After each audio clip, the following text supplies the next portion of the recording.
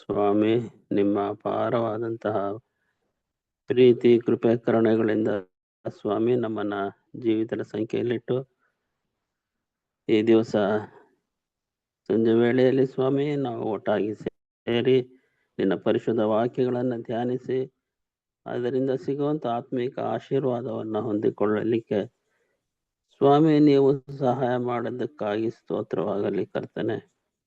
ಅಪ್ಪ, ಪಾಪಿಗಳಾಗಿದ್ದಾಗ್ಯೂ ಪಾಪಿಗಳಿಗೋಸ್ಕರವೇ ಸ್ವಾಮಿ ನೀನು ಈ ಲೋಕಕ್ಕೆ ಬಂದು ಪಾಪಿಗಳನ್ನು ನೀನು ರಕ್ಷಣೆ ಮಾಡುವಲ್ಲಿ ನೀವು ತೋರಿದಂಥ ಪ್ರೀತಿ ಮಮತೆ ಕೊನೆಗೆ ಸ್ವಾಮಿ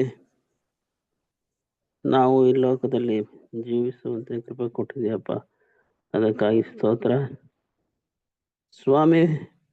ನಿನ್ನ ವಾಕ್ಯ ಸಂದೇಶಗಳನ್ನು ನೀಡಲಿಕ್ಕಿರ್ತಕ್ಕಂಥ ಪ್ರಿಯ ಸಹೋದರರನ್ನ, ಅವರ ಕುಟುಂಬವನ್ನ, ಮಕ್ಕಳನ್ನ ಎಲ್ಲರನ್ನ ಆಶೀರ್ವದಿಸು ಸ್ವಾಮಿ. ನಿನ್ನ ಭಯಭಕ್ತಿಯಲ್ಲಿ ಸ್ವಾಮಿ ನಾವು ಬೆಳೆಯುವ ಹಾಗೆ ಕೃಪೆ ಮಾಡಿ ಹರಿಸು ಸ್ವಾಮಿ. ಕೂಡಿ ಬಂದಿರತಕ್ಕಂಥ ಎಲ್ಲ ಸಹೋದರ ಸಹೋದರಿಯರನ್ನ ಆಶೀರ್ವದಿಸು, ಅವರಿಗೆ ಬೇಕಾದಂಥ ಆತ್ಮಿಕ ಜ್ಞಾನವನ್ನು ಅನುಗ್ರಹಿಸಿಕೊಡು ಸ್ವಾಮಿ. ಅಪ್ಪ, ಈ ಒಂದು ಪ್ರಾರ್ಥನೆಯನ್ನ ನಿಮ್ಮ ಒಬ್ಬನೇ ಮಗನು ನಮ್ಮ ರಕ್ಷಕನೂ ಆದಂಥ ಯೇಸು ಸ್ವಾಮಿ ಜೀವಾದ ಹೆಸರಿನಲ್ಲಿ ಬೇಡಿಕೊಳ್ಳುತ್ತೇವೆ ತಂದೆಯೇ, ಆಮೇನ್. ಆಮೇನ್. Thank you. ಕ್ರಿಸ್ತನಲ್ಲಿ ಪ್ರೀತಿಯ ಸಹೋದರ ಸಹೋದರಿಯರೇ, ನನ್ನ ವಾಯ್ಸ್ ಎಲ್ಲರೂ ಕೇಳಿಸ್ತಾ ಇದೆಯಾ? ಕೇಳ್ತಾ ಇದ್ದಾರೆ. ಓಕೆ. ಸೊ ನಿಮ್ಮೆಲ್ಲರಿಗೂ ತಂದೆಯಾದ ದೇವರಿಂದಲೂ ಕರ್ತನಾದ ಯೇಸು ಕ್ರಿಸ್ತನ ಮೂಲಕ ಕೃಪೆಯು ಶಾಂತಿಯು ಉಂಟಾಗ್ಲಿ. ಕ್ರಿಸ್ತನಲ್ಲಿ ಪ್ರೀತಿಯ ಸಹೋದರ ಸಹೋದರಿಯರೇ, ದೇವರ ಮಹಾಕೃಪೆಯಿಂದ ದೇವರು ನಮ್ಮನ್ನ ಜೀವಿತರ ಸಂಖ್ಯೆಯಲ್ಲಿ ಎಣಿಸಿ ದೇವರ ಸತ್ಯ ವಾಕ್ಯಗಳನ್ನ ಕೇಳುವ ಒಂದು ಅವಕಾಶವನ್ನ ಮಾಡ್ಕೊಟ್ಟಿದ್ದಾರೆ. ವಿಶೇಷವಾಗಿ ನಾವಿರುವಂತ ಒಂದು ಸಮಯ ನೋಡ್ಬೇಕಾದ್ರೆ ಅಂತ್ಯದ ದಿನಗಳು, ಅದಕ್ಕೆ ಸಂಬಂಧಪಟ್ಟ ಹಾಗೆ ಇರುವಂತ ಸತ್ಯವನ್ನ, ಅಂದ್ರೆ ಇನ್ನ ರಾಜ್ಯ ಬರಲಿ ಅನ್ನುವಂತ ಒಂದು ಸತ್ಯವನ್ನ ನಾವು ಈಗ ನೋಡ್ತಾ ಇದ್ವಿ. ದೇವ್ರ ಮಕ್ಕಳು, ನನ್ಗನ್ಸುತ್ತೆ ಎಲ್ರು ಕೂಡ ಅದನ್ನ ಗಮನವಿಟ್ಟು ನೋಡ್ತಾ ಇದ್ದೀರಾ, ಕೇಳಿಸ್ಕೊಳ್ತಿದ್ದೀರಾ. ಒಂದೇ ನಿಮ್ಗೆ ಅರ್ಥವಾಗ್ತಾ ಇದ್ರು ದಯವಿಟ್ಟು ಅದನ್ನ ಏನ್ ಮಾಡಿ, ಸ್ಟಡಿ ಮಾಡಿ, ತುಂಬಾ ನಿಮ್ಗೆ ಯೂಸ್ಫುಲ್ ಆಗಿರುತ್ತೆ. ಇಲ್ಲಿಗೆ ನಾವು ನಿಲ್ಸಿದ್ವಿ. ಕೊನೆಯದಾಗಿ ನಾವು ನೋಡಿದಂತ ಒಂದು ವಿಷಯ,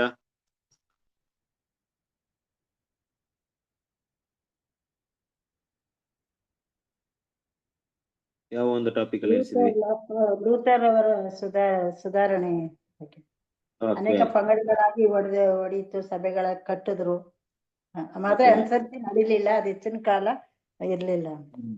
ಓಕೆ. ಎಷ್ಟನೇ ಭಾಗ? 28ನೇ ಭಾಗ ಆಗಿದೆ ಬ್ರದರ್. 28ನೇ ಭಾಗ ಆಗಿದೆಯಾ? 29ನೇ ಭಾಗ ನೋಡ್ಬೇಕಾಗಿದೆ ಅಲ್ವಾ? ಹೌದು.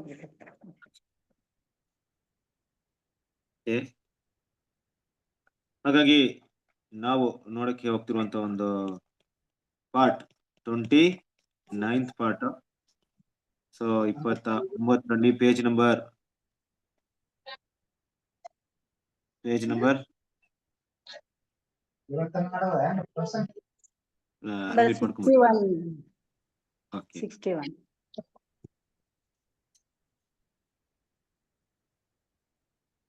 ಎಲ್ರಿಗೂ ಸ್ಕ್ರೀನ್ ಕಾಣಿಸ್ತಾ ಇದೆಯಾ? ಸ್ಕ್ರೀನ್ ಕಾಣಿಸ್ತಾ ಇದೆಯಾ? ಓಕೆ. 29ನೇ ಒಂದು ಪಾರ್ಟ್ ನೋಡ್ಬೇಕಾಗಿದೆ. ಅದರಲ್ಲಿ ನಾವು ಪೇಜ್ ನಂಬರ್ 61 ಇಂದ ಮೊದಲನೇ ಪಾಠ, ಅಂದ್ರೆ ಇಂದಿನ ಒಂದು ವಿಷಯಗಳನ್ನ ತಗೊಂಡು ಸ್ಟಡಿ ಮಾಡ್ಬೇಕಾದ್ರೆ ಕ್ರಿಸ್ತನ ಪ್ರೀತಿಯ ಸಹೋದರರೇ, ಒಂದು ಅನೇಕ ಪೋಪನ ಒಂದು ಮಾರ್ಗದಲ್ಲಿ ಬಂದಾಗ ರಿಫಾರ್ಮೇಶನ್ ಏನಾಯ್ತು ಅಂದ್ರೆ, ಸುಧಾರಣಾ ಚಳವಳಿ ಹೇಗೆ ಮುಂದುವರೆದು ನಂತರ ಆ ಸುಧಾರಣಾ ಚಳವಳಿನ ಹೇಗೆ ಅಲ್ಲಿರುವಂತ ರಾಜರು ತಮ್ಮ ಸ್ವಾರ್ಥ ವಿಷಯಗಳಿಗೆ ಉಪಯೋಗ ಮಾಡ್ಕೊಂಡ್ರು, ಅಂದ್ರೆ ಅದಕ್ಕೆ ತಕ್ಕ ಹಾಗೆ ಉಪಯೋಗ ಮಾಡ್ಕೊಂಡ್ರು. ಸುಧಾರಣಾ ಚಳವಳಿ ಮುಂದುವರಿಲಿಲ್ಲ, ಅದು ಇನ್ನೂ ಪ್ರಗತಿಗೆ ಬರ್ಲಿಲ್ಲ. ಪ್ರಗತಿ ಅಂದ್ರೆ ದೇವರ ಎದುರು ನೋಡಿದಂತ ಒಂದು ಸತ್ಯವನ್ನ ಹೊರ ಹಾಕುವಲ್ಲಿ ಅವರು ಮುಂದುವರಿದೆ, ಹಾಗೆ ನಿಂತ್ಕೊಂಡ್ರು ಅನ್ನೋ ವಿಷಯವನ್ನು ಕೂಡ ನಾವು ನೋಡಿದ್ವಿ. ಸೊ ಹೀಗೆ ಇವತ್ತು ಮುಂದುವರೆದ ಅದರ ಮುಂದಿನ ಭಾಗವನ್ನು ನೋಡೋಣ. ಪೇಜ್ ನಂಬರ್ 61 ಇಂದ ಅದನ್ನ ಕಂಟಿನ್ಯೂ ಮಾಡಿ. ಪೇಜ್ ನಂಬರ್ 61 ಇಂದ ಮೊದಲನೇ ಪ್ಯಾರಿಂದ ಓದ್ಕೊಂಡು. ಆದರೆ ಈ ರೀತಿಯಲ್ಲಿ ಪ್ರಾರಂಭಗೊಂಡಿದ್ದ ಮತ್ತು ಈ ರೀತಿಯಲ್ಲಿ ಭಂಗಗೊಂಡ ಶುದ್ಧೀಕರಣವು ಹೊಸದಾಗಿ ಪ್ರಾರಂಭವಾಗಿ ಮುಂದುವರಿಯಬೇಕು. ಯಾಕೆಂದರೆ 2300 ವರ್ಷಗಳ ಅಂತ್ಯದಲ್ಲಿ ಪವಿತ್ರಾಲಯವು ಶುದ್ಧೀಕರಣ ಹೊಂದಲೇಬೇಕಾಗಿದೆ. ಅಂತೆಯೇ ಇದೆ. ಹೀಗಾಗಿ ಅದು ಸತ್ಯವೇದದ ಪುನರಾವರ್ತನೆಯು ನಂಬಿಕೆ ಒಂದೇ ಅಧಿಕಾರವಾಗಿ ಸುಧಾರಣೆಯು ಪ್ರಾರಂಭವಾಗಿ ತನ್ನ ಬೀಜಗಳನ್ನು ಬಲವಾಗಿ ಬಿತ್ತಿದ ಬೀಜವು ಮೊಳಕೆಯೊಡೆಯಲು ಪ್ರಾರಂಭವಾಯಿತು ಹಾಗೂ ಒಂದಲ್ಲ ಒಂದು ಸುಧಾರಣೆಯನ್ನು ತಂದಿತು. ಸುಧಾರಣಾ ನಾಯಕರು ತಮ್ಮ ಶಕ್ತಿಗೂ ಮೀರಿ ತ್ವರಿತವಾಗಿ ಸುಧಾರಣೆಯು ಹರಡದಂತೆ ತಡೆಯಲು ಪ್ರಯತ್ನಿಸಿದರೂ ಅದು ಪಂಥಗಳನ್ನು ಮತ್ತು ನಂಬಿಕೆಯ ಬುರುಜುಗಳನ್ನು ಸ್ಥಾಪಿಸುವುದರ ಮೂಲಕ ಸತ್ಯವೇದದ ಬೋಧನೆಯನ್ನು ಉದಾಸೀನ ಮಾಡಿತು ಮತ್ತು ತಮ್ಮ ಮೇಲೆ ನಾಸ್ತಿಕತೆಯ ಶಾಪವನ್ನು ಬರಮಾಡಿಕೊಳ್ಳದೆ ಹೋಗಲು ಯಾರಿಗೂ ಅನುಮತಿ ದೊರೆಯಲಿಲ್ಲ ಎಂಬುದು. ಬಹುಶಃ ಟ್ರಾನ್ಸ್ಲೇಷನ್ ಮಾಡಿರೋರು ಏನೋ ಒಂದು ಟ್ರಾನ್ಸ್ಲೇಷನ್ ಮಾಡಿದರೆ ತುಂಬಾ ಕಷ್ಟವಾಗಿದೆ. ಕೆಲವೊಂದು ವಿಷಯವನ್ನ ನಾವು ಇಲ್ಲಿ ಸ್ಟಡಿ ಮಾಡೋದಕ್ಕೆ ಅರ್ಥಗರ್ಭಿತವಾಗಿಲ್ಲ. ಸೊ ಅದನ್ನ ನಾವು ಕ್ಲಿಯರ್ ಆಗಿ ಅದನ್ನ ಸ್ಟಡಿ ಮಾಡ್ಬೇಕು. ಯಾಕಂದ್ರೆ ಒರಿಜಿನಲ್ ಇಂಗ್ಲಿಷ್ ಇಂದ ಅದನ್ನ ಟ್ರಾನ್ಸ್ಲೇಷನ್ ಮಾಡ್ಬೇಕಾದ್ರೆ ಅವ್ರಿಗೆ ಏನು ಮೈಂಡ್ ಬಂದಿದೆ ಅದನ್ನ ಟ್ರಾನ್ಸ್ಲೇಷನ್ ಮಾಡಿದ್ದಾರೆ. ಕ್ರಿಸ್ತನಲ್ಲಿ ಪ್ರೀತಿಯ ಸಹೋದರರೇ, ಇಲ್ಲಿ ನಾವು ನೋಡುವಂತ ಒಂದು ವಿಷಯ ಏನಪ್ಪಾ ಅಂದ್ರೆ, ನೋಡ್ರಿ, ಮನುಷ್ಯರ ಒಂದು ಯೋಜನೆಯಲ್ಲಿ ಮನುಷ್ಯರು ಮಾಡುತ್ತಿರುವಂತ ಕೆಲವೊಂದು ವಿಷಯಗಳನ್ನ ಗಮನದಲ್ಲಿ ತಗೊಂಡಾಗ ಚರಿತ್ರೆಯನ್ನು ನೋಡ್ತೀವಿ. ಸಭೆ ಚರಿತ್ರೆಯಲ್ಲಿ ಹಲವಾರು ಬದಲಾವಣೆಗಳು ಬರ್ತಾ ಇದೆ. ಓಕೆ, ಸಭೆಯಲ್ಲಿ ಏನೇ ಬದಲಾವಣೆ ಬಂದ್ರು, ಸಭೆ ಅಂತ ಹೇಳಿದಾಗ ನಾನು ಹೇಳುವಂತ ವಿಷಯ ಏನಪ್ಪಾ ಅಂದ್ರೆ, ನಿಜವಾಗ್ಲೂ ಇರುವಂತ ಕ್ರೈಸ್ತರ ಸಮುದಾಯ ಮಧ್ಯದಲ್ಲಿ ಇರುವಂತ ಬದಲಾವಣೆಗಳು. ಅಲ್ಲಿ ಏನೇ ಬದಲಾವಣೆಗಳು ಬಂದ್ರು ಅದೆಲ್ಲ ಕೂಡ ದೇವರ ಯೋಜನೆ, ದೇವರ ಪ್ಲಾನ್ ಏನಿದೆಯೋ ಅದಕ್ಕೆ ಸರಿಯಾಗಿ ಹೋಗ್ಬೇಕು. ನೋಡಿ, ಇಲ್ಲಿ ಪ್ರವಾದನೆ ಅಂತ ಹೇಳ್ಬೇಕಾದ್ರೆ ನಾವು ಪ್ರವಾದನೆ ಮಾತ್ರವಲ್ಲ, ಕಾಲ ಪ್ರವಾದನೆ ನೋಡ್ತಾ ಇದ್ವಿ. ಕಾಲ ಪ್ರವಾದನೆ ಅಂತ ಏನಪ್ಪಾ ಅಂದ್ರೆ, ಮುಂದೆ ಬರುವಂತ ವಿಷಯವನ್ನ ದೇವ್ರು ಮೊದಲೇ ಮುಂತಿಳಿಸಿದ್ರು ಕೂಡ ಇದೇ ಒಂದು ಸಮಯದಲ್ಲಿ ಇದು ನಡೆಯುತ್ತೆ ಅಂತ ಸಮಯವನ್ನು ಕೂಡ ಏನ್ ಮಾಡಿದ್ರು, ಮುಂತಿಳಿಸಿದ್ದಾರೆ. ಅದೇ ಒಂದು ಪವಿತ್ರಾಲಯದ ಶುದ್ಧೀಕರಣ ಅನ್ನುವಂತ ಟಾಪಿಕ್ ಅಲ್ಲಿ 2300 ದಿನಗಳು ಅಂತ 2300 ವರ್ಷಗಳ ಬಗ್ಗೆ ನಾವೇನ್ ಮಾಡ್ತಾ ಇದೀವಿ, ಸ್ಟಡಿ ಮಾಡ್ತಾ ಇದ್ವಿ. ಹಾಗಾಗಿ ದೇವ್ರ ಮಕ್ಳು ನಾವು ಅದನ್ನ ಸ್ಟಡಿ ಮಾಡ್ಬೇಕಾದ್ರೆ ಇಲ್ಲಿ ನಮ್ಗೆ ಏನ್ ನೋಡ್ತೀವಿ ಅಂದ್ರೆ, ಇಷ್ಟೆಲ್ಲ ಒಂದು ಚೇಂಜಸ್ ಆಗ್ತಿದ್ರು ಕೂಡ 2300 ವರ್ಷಗಳ ಅಂತ್ಯದಲ್ಲಿ ಪವಿತ್ರಾಲಯದ ಶುದ್ಧೀಕರಣ ಹೊಂದಲೇಬೇಕು. ದೇವರ ಯೋಜನೆ ಪ್ರಕಾರ ಅದು ನಡಿಲೇಬೇಕು. ಅದು ಯಾವ ರೀತಿ ನಡೆಯುತ್ತೆ, ದೇವ್ರ ಪ್ಲಾನ್ ನೋಡ್ರಿ. ಇಲ್ಲೇನ್ ನೋಡ್ತಿದ್ವಿ ಅಂದ್ರೆ, ಒಂದ್ ಕಡೆ ನಾವು ನೋಡ್ಬೇಕಾದ್ರೆ ದೇವರ ಪ್ಲಾನ್, ಓಕೆ, ದೇವರ ಒಂದು ಯೋಜನೆ ಯಾವ ರೀತಿ ಇದೆ ಅಂದ್ರೆ, ಅದನ್ನ ದೇವ್ರ ಕ್ರಮವಾಗಿ ತರಬೇಕಂತ ದೇವ್ರ ಪ್ಲಾನ್ ಮಾಡ್ತಿದ್ದಾರೆ. ಅಂದ್ರೆ ಯಾರೇ ಅಡ್ಡಿ ಮಾಡಿದ್ರು ದೇವರ ಯೋಜನೆಯಲ್ಲಿ ಯಾವುದೇ ಬದಲಾವಣೆ ಆಗಲ್ಲ. ಹಾಗಂತ ಈ ರಿಫಾರ್ಮೇಶನ್ ಅನ್ನೋರೇ, ಈ ರಿಫಾರ್ಮೇಶನ್ ಏನಪ್ಪಾ ಅಂದ್ರೆ, ನೋಡಿ, ಇದರ ಈ ಒಂದು ಪವಿತ್ರಾಲಯದ ಶುದ್ಧೀಕರಣದ ಪ್ರಾರಂಭಿಕ ಹಂತವೇ ಮಾರ್ಟಿನ್ ಲೂಥರ್ನ ಈ ಚಳುವಳಿ, ಸುಧಾರಣಾ ಚಳುವಳಿ, ರಿಫಾರ್ಮೇಶನ್ ಅದು ಬಿಗಿನಿಂಗ್. ಬಟ್ ಅದು ಸ್ಟಾರ್ಟ್ ಆಗಿದ್ ಮಾತ್ರಕ್ಕೆ ಶುದ್ಧೀಕರಣ ಆಗ್ಬಿಡುತ್ತಾ ಅಂತ ನೋಡಿದ್ರೆ ಖಂಡಿತ ಇಲ್ಲ. ದೇವ್ರು ಎದುರು ನೋಡುವಂತ ಶುದ್ಧೀಕರಣ ಇನ್ನೂ ಹೆಚ್ಚಾಗಿ ಪ್ರಗತಿ ಆಗ್ಬೇಕಾಗಿದೆ. ಇನ್ನು ಹೆಚ್ಚಾದ ವಿಷಯಗಳನ್ನ ಗಮನಕ್ಕೆ ತಂದು ಅದನ್ನ ಕಿತ್ತು ಎಸಿಬೇಕಾಗಿದೆ. ಅದನ್ನೆಲ್ಲ ಈ ರಿಫಾರ್ಮೇಶನ್ ಸಿಸ್ಟಮ್ ಮಾಡ್ತಾ ಅಂದ್ರೆ ಇಲ್ಲ, ಮಾಡ್ಲಿಲ್ಲ. ಮಾರ್ಟಿನ್ ಲೂಥರ್ ಇರೋವರೆಗೂ ಕೆಲವೊಂದು ಒಳ್ಳೆಯ ವಿಷಯಗಳು ಬೆಳವಣಿಗೆಗೆ ಬಂತು. ಆದ್ರೆ ಅವರ ನಂತರ ಅನೇಕರು ಒಂದು ಪಂಥವಾಗಿ, ಒಂದು ಡಿವಿಷನ್ಸ್ ಆಗಿ ಕ್ರಿಯೇಟ್ ಆಗ್ಬಿಟ್ರು. ಕೆಲವರು ಏನ್ ಮಾಡಿದ್ರು, ಅದೇ ಒಂದು ಮಾರ್ಟಿನ್ ಲೂಥರ್ ಇಂದ ಬಂದಂತವರೇ ಪ್ರೊಟೆಸ್ಟೆಂಟ್, ಲೂಥರನ್, ಮತ್ತೆ ಹಲವಾರು ಸಭೆಯಾಗಿ ಏನ್ ಮಾಡಿದ್ರು, ಡಿವಿಷನ್ ಆಗ್ಬಿಟ್ರು. ಆ ಸಭೆಯಲ್ಲಿ ಏನಾಯ್ತು ಅಂದ್ರೆ, ಇಲ್ಲ ನೋಡ್ಬೇಕಾದ್ರೆ ಅವ್ರದೇ ಆದಂತ ಒಂದು ನಂಬಿಕೆಗಳನ್ನ ಅವ್ರು ಇಟ್ಕೊಳ್ಳಕ್ಕೆ ಶುರು ಮಾಡ್ಕೊಂಡ್ರು. ಅಂದ್ರೆ ಆ ನಂಬಿಕೆ ರೋಮನ್ ಕ್ಯಾಥಲಿಕ್ಗಿಂತ ಅಂದ್ರೆ ಪೋಪಸ್ಗಿಂತ ಭಿನ್ನವಾಗಿದ್ರು ಕೂಡ ಅದು ಸತ್ಯಕ್ಕೆ ತುಂಬಾ ಹತ್ತಿರದಾಗಿ ಇರ್ಲಿಲ್ಲ ಅಲ್ವಾ. ಹಲವಾರು ಪಂಥಗಳೇನಾಯ್ತು ಅಂದ್ರೆ ಹುಟ್ಕೊಳ್ಳಕ್ಕೆ ಶುರುವಾಯ್ತು. ಆದ್ರೆ ಈ ರೀತಿಯಾದಂತ ಒಂದು ಪಂಥಗಳಿಂದ ಸುಧಾರಣೆ ಚಳುವಳಿ ಅದು ಮುಂದುವರಿಲಿಲ್ಲ. ಅದು ಹರಡದಂತ ಏನಾಯ್ತು, ಸ್ಟಾಪ್ ಆಗ್ಬಿಡ್ತು.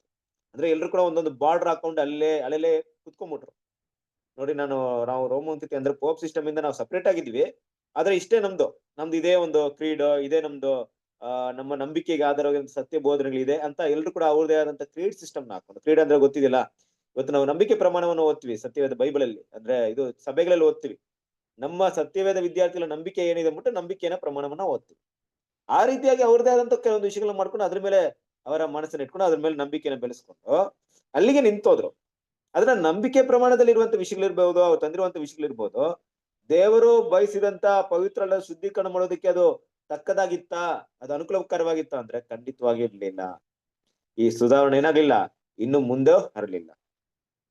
ಅದು ಮಾತ್ರವಲ್ಲ, ನೋಡಿ, ಇಲ್ಲಿ ಒಂದು ವಿಷಯವನ್ನು ಮಾತಾಡ್ತಾರೆ ಅಂದ್ರೆ, ನಾಸ್ತಿಕತೆ ಶಾಪವನ್ನು ಬರಮಾಡಿಕೊಳ್ಳದೆ ಅಂತ ಹೇಳ್ತಾರೆ.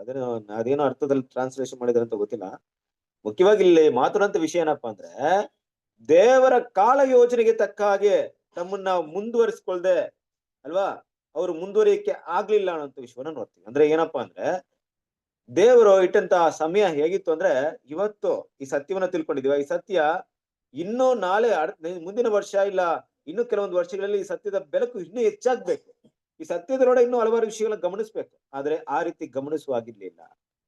ಆ ರೀತಿ ಯಾರು ಬೆಳೆಯಕ್ಕೆ ಹೋಗ್ಲಿಲ್ಲ. ಎಲ್ರು ಕೂಡ ಏನ್ ಮಾಡಿದ್ರು ಅಂದ್ರೆ ಏನ್ ಕಲ್ತಿದ್ರೆ ಅಷ್ಟಕ್ಕೆ ಸೀಮಿತ ಮಾಡ್ಕೊಂಡ್ಬಿಟ್ರು ಅಲ್ವಾ.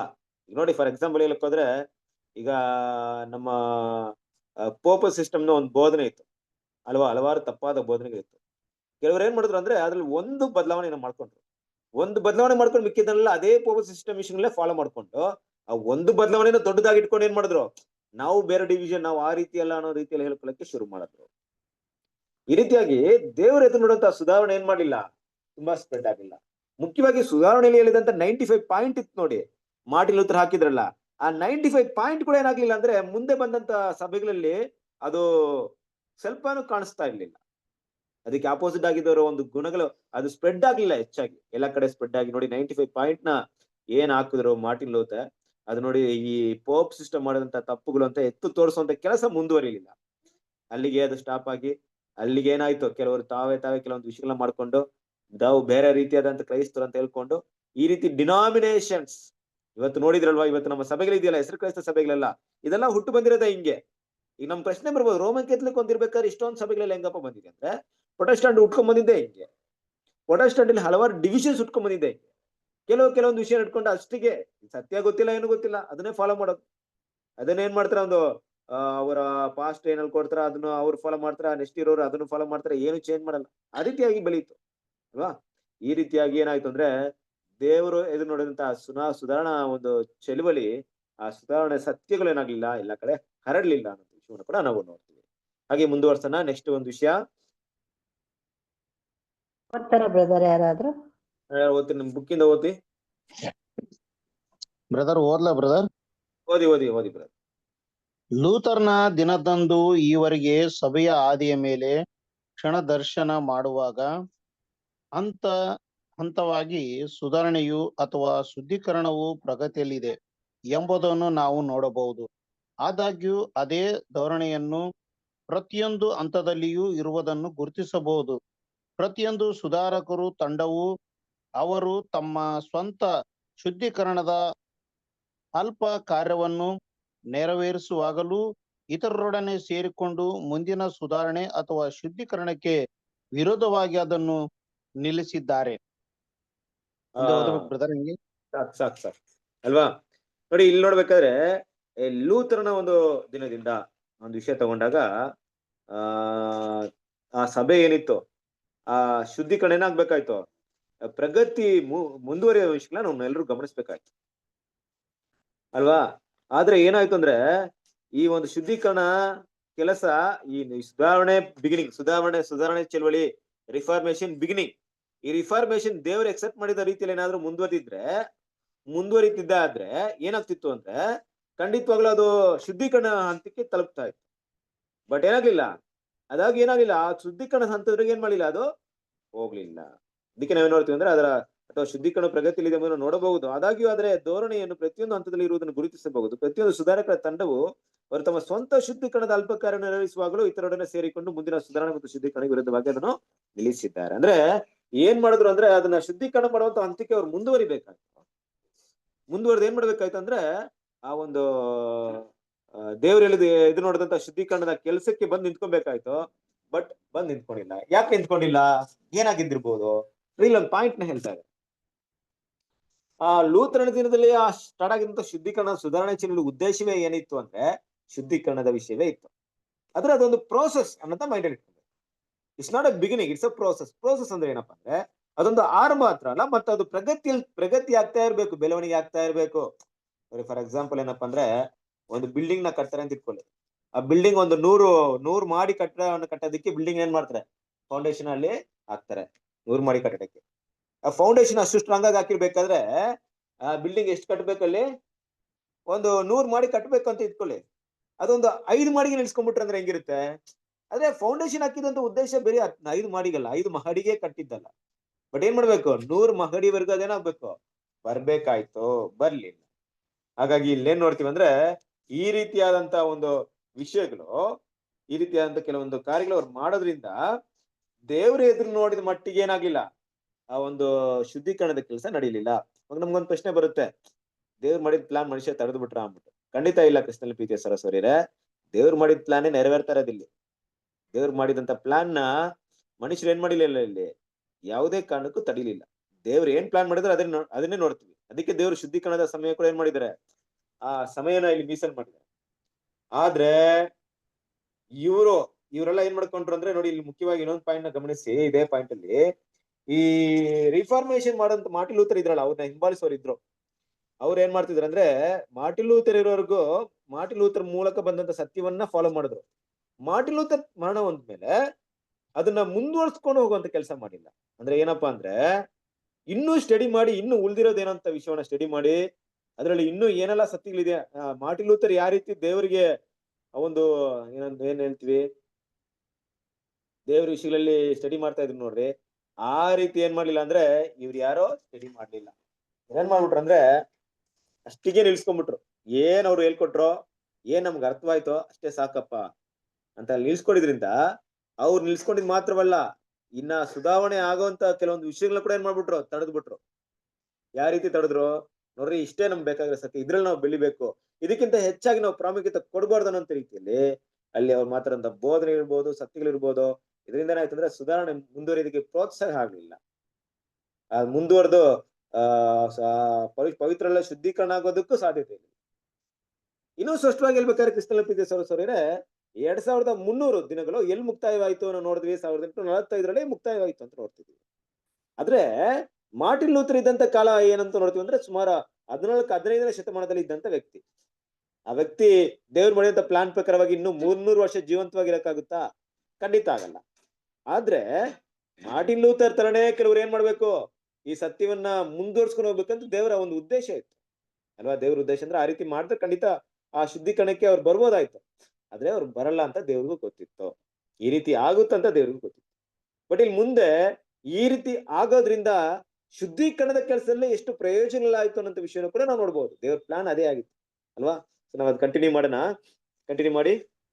ಈ ರೀತಿಯಲ್ಲಿ church of England, church of ರೋಮಿನ ಕೆಲವೊಂದು ಹುಲುಸಾದ ವಿಚಾರಣೆಗಳನ್ನು ಪಕ್ಕಕ್ಕಿಟ್ಟು, ಅದು ತಾನೇ ನಿಜವಾದ ಸಭೆ ಎಂದು ಹೇಳಿಕೊಳ್ಳುತ್ತಾ ಅದರ ಬಿಷಪ್ಗಳವರು ಅಪೋಸ್ತಲಿಕ್ ಅನುಕ್ರಮ ಹೊಂದಿದ್ದಾರೆ.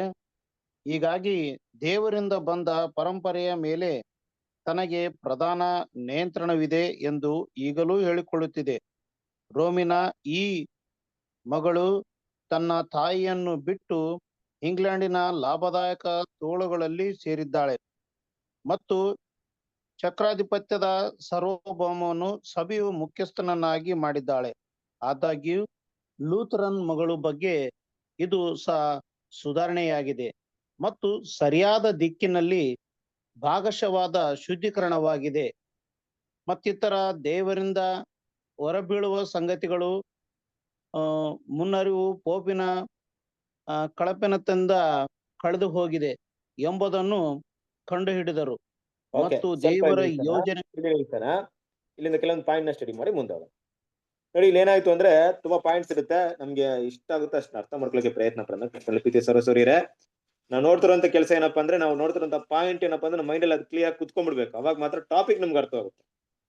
ಟಾಪಿಕ್ ಏನಂತ ನೋಡ್ತೀವಿ ಅಂದ್ರೆ 2300 ದಿನಗಳು ಪವಿತ್ರವಾದ ಶುದ್ಧೀಕರಣ. ಆ ಶುದ್ಧೀಕರಣದ ಸಮಯನ ನೋಡ್ಬಿಟ್ಟಿವಿ ನಾವು. ಆದ್ರೆ ಇಲ್ಲಿ ನಾವು ಕಳೆದ 1-2 ವಾರಗಳಿಂದ ಏನ್ ನೋಡ್ತಾ ಇದೀವಿ ಅಂದ್ರೆ, ಆ ಶುದ್ಧೀಕರಣದ ಒಂದು ಆರಂಭಿಕ ಹಂತ ಎಲ್ಲಿಂದ ಬಂತು ಅಂತ ನೋಡ್ತಾ ಇದ್ವಿ. ಅದನ್ನ ಬ್ರದರ್ ರಿಫಾರ್ಮೇಶನ್ ಅಂತ ತಗೊಂಡ್ರು, ಸುಧಾರಣಾ ಚಳವಳಿ. ಏನೆಲ್ಲ ಆಯ್ತು ಮಾರ್ಟಿನ್ ಲೂಥರ್ ಕಾಲದಲ್ಲಿ ಈ ಸಭೆಯ ಶುದ್ಧೀಕರಣದ ಕೆಲಸ ಏನಂತ ವಿಷಯವನ್ನ ನಾವು ನೋಡ್ತೀವಿ.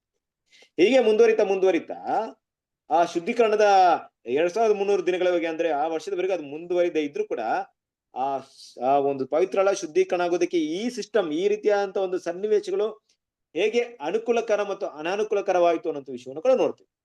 ಒಂದ್ ರೀತಿಯಲ್ಲಿ ಶುದ್ಧೀಕರಣ ಮಾಡುವಂತ ಕೆಲಸವನ್ನ ಅಡ್ಡಿ ಮಾಡಕ್ಕೆ ಪ್ರಯತ್ನ ಮಾಡಿದ್ರು ಕೂಡ ಅಡ್ಡಿ ಮಾಡಕ್ ಆಗಿರ್ಲಿಲ್ಲ ಅನ್ನೋ ವಿಷಯವನ್ನ ಇಲ್ಲಿ ನೋಡ್ತೀವಿ. ಯಾವ ರೀತಿ ಅಂದ್ರೆ ನೋಡಿ, ಈಗ ಚರ್ಚ್ ಆಫ್ ಇಂಗ್ಲೆಂಡ್ ಇದೆ.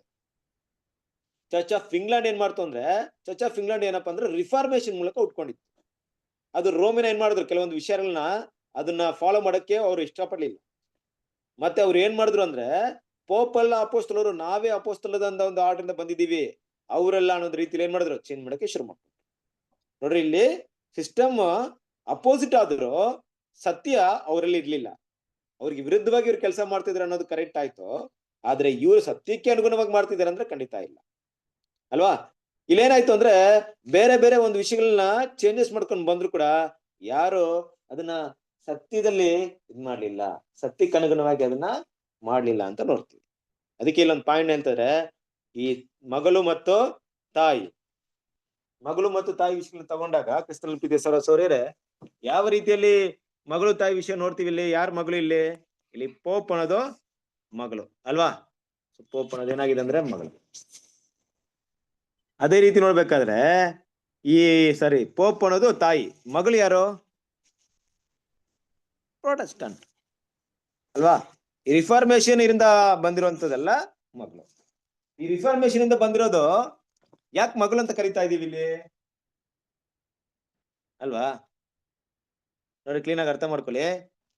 ಈ ಪೋಪಲ್ ಸಿಸ್ಟಮ್ ಏನಿದೆ, ಆಂಟಿಕ್ರೈಸ್ಟ್ ಸಿಸ್ಟಮ್ ಏನಿದೆ, ಅದನ್ನ ಬಾಬಿಲೋನ್ ಎಲ್ಲ ಒಂದು ಇದಕ್ಕೂ ತಾಯಿ ಆಗಿದ್ದಾರೆ ಅಂದ್ಬಿಟ್ಟು ನಾವು ಓದಿದೀವಿ, ಕರೆಕ್ಟಾ? ಇದನ್ನ ತಾಯಿ ಅಂತ ಕರೀತಾ ಇದೆ. ಈ ಮಗಳು ಅನ್ನೋದು ಯಾರು? ಮಗಳು ಅನ್ನೋದು ಒಂದ್ ರೀತಿಯಲ್ಲಿ ಇಂಗ್ಲೆಂಡ್, ಚರ್ಚ್ ಆಫ್ ಇಂಗ್ಲೆಂಡ್ ಅಲ್ವಾ? ಅಂದ್ರೆ ರಿಫಾರ್ಮೇಶನ್ ಇಂದ ಉಟ್ಕೊಂಡಿರೋದು. ಇವ್ರೇನ್ ಮಾಡಿದ್ರು ಅಂದ್ರೆ ಈ ಒಂದು ತಾಯಿಯಿಂದ ಏನ್ ಮಾಡಿದ್ರು, ಸಪ್ರೇಟ್ ಆದ್ರು. ಸಪ್ರೇಟ್ ಆದಾಗ ಏನ್ ಮಾಡಿದ್ರು, ತಾಯಿಗಿಂತ ತಾನು ಶ್ರೇಷ್ಠ ಅನ್ನೋ ರೀತಿಯಲ್ಲಿ ಏನ್ ಮಾಡಿದ್ರು, ತೋರ್ಸಕ್ಕೆ ಮುಂದೆ ಬಂದ್ರು. ಇವರ ಒಂದು ವಿಷಯಗಳನ್ನ ನೋಡ್ಬೇಕಾರೆ ಅದೇ ರೀತಿ. ಆದ್ರೆ ಇದ್ರಲ್ಲಿ ದೇವ್ರ ಸತ್ಯ ಅಡಕವಾಗಿತ್ತು, ಅವರಲ್ಲಿ ದೇವ್ರ ಸತ್ಯವನ್ನ ಫಾಲೋ ಮಾಡ್ತಿದ್ರ.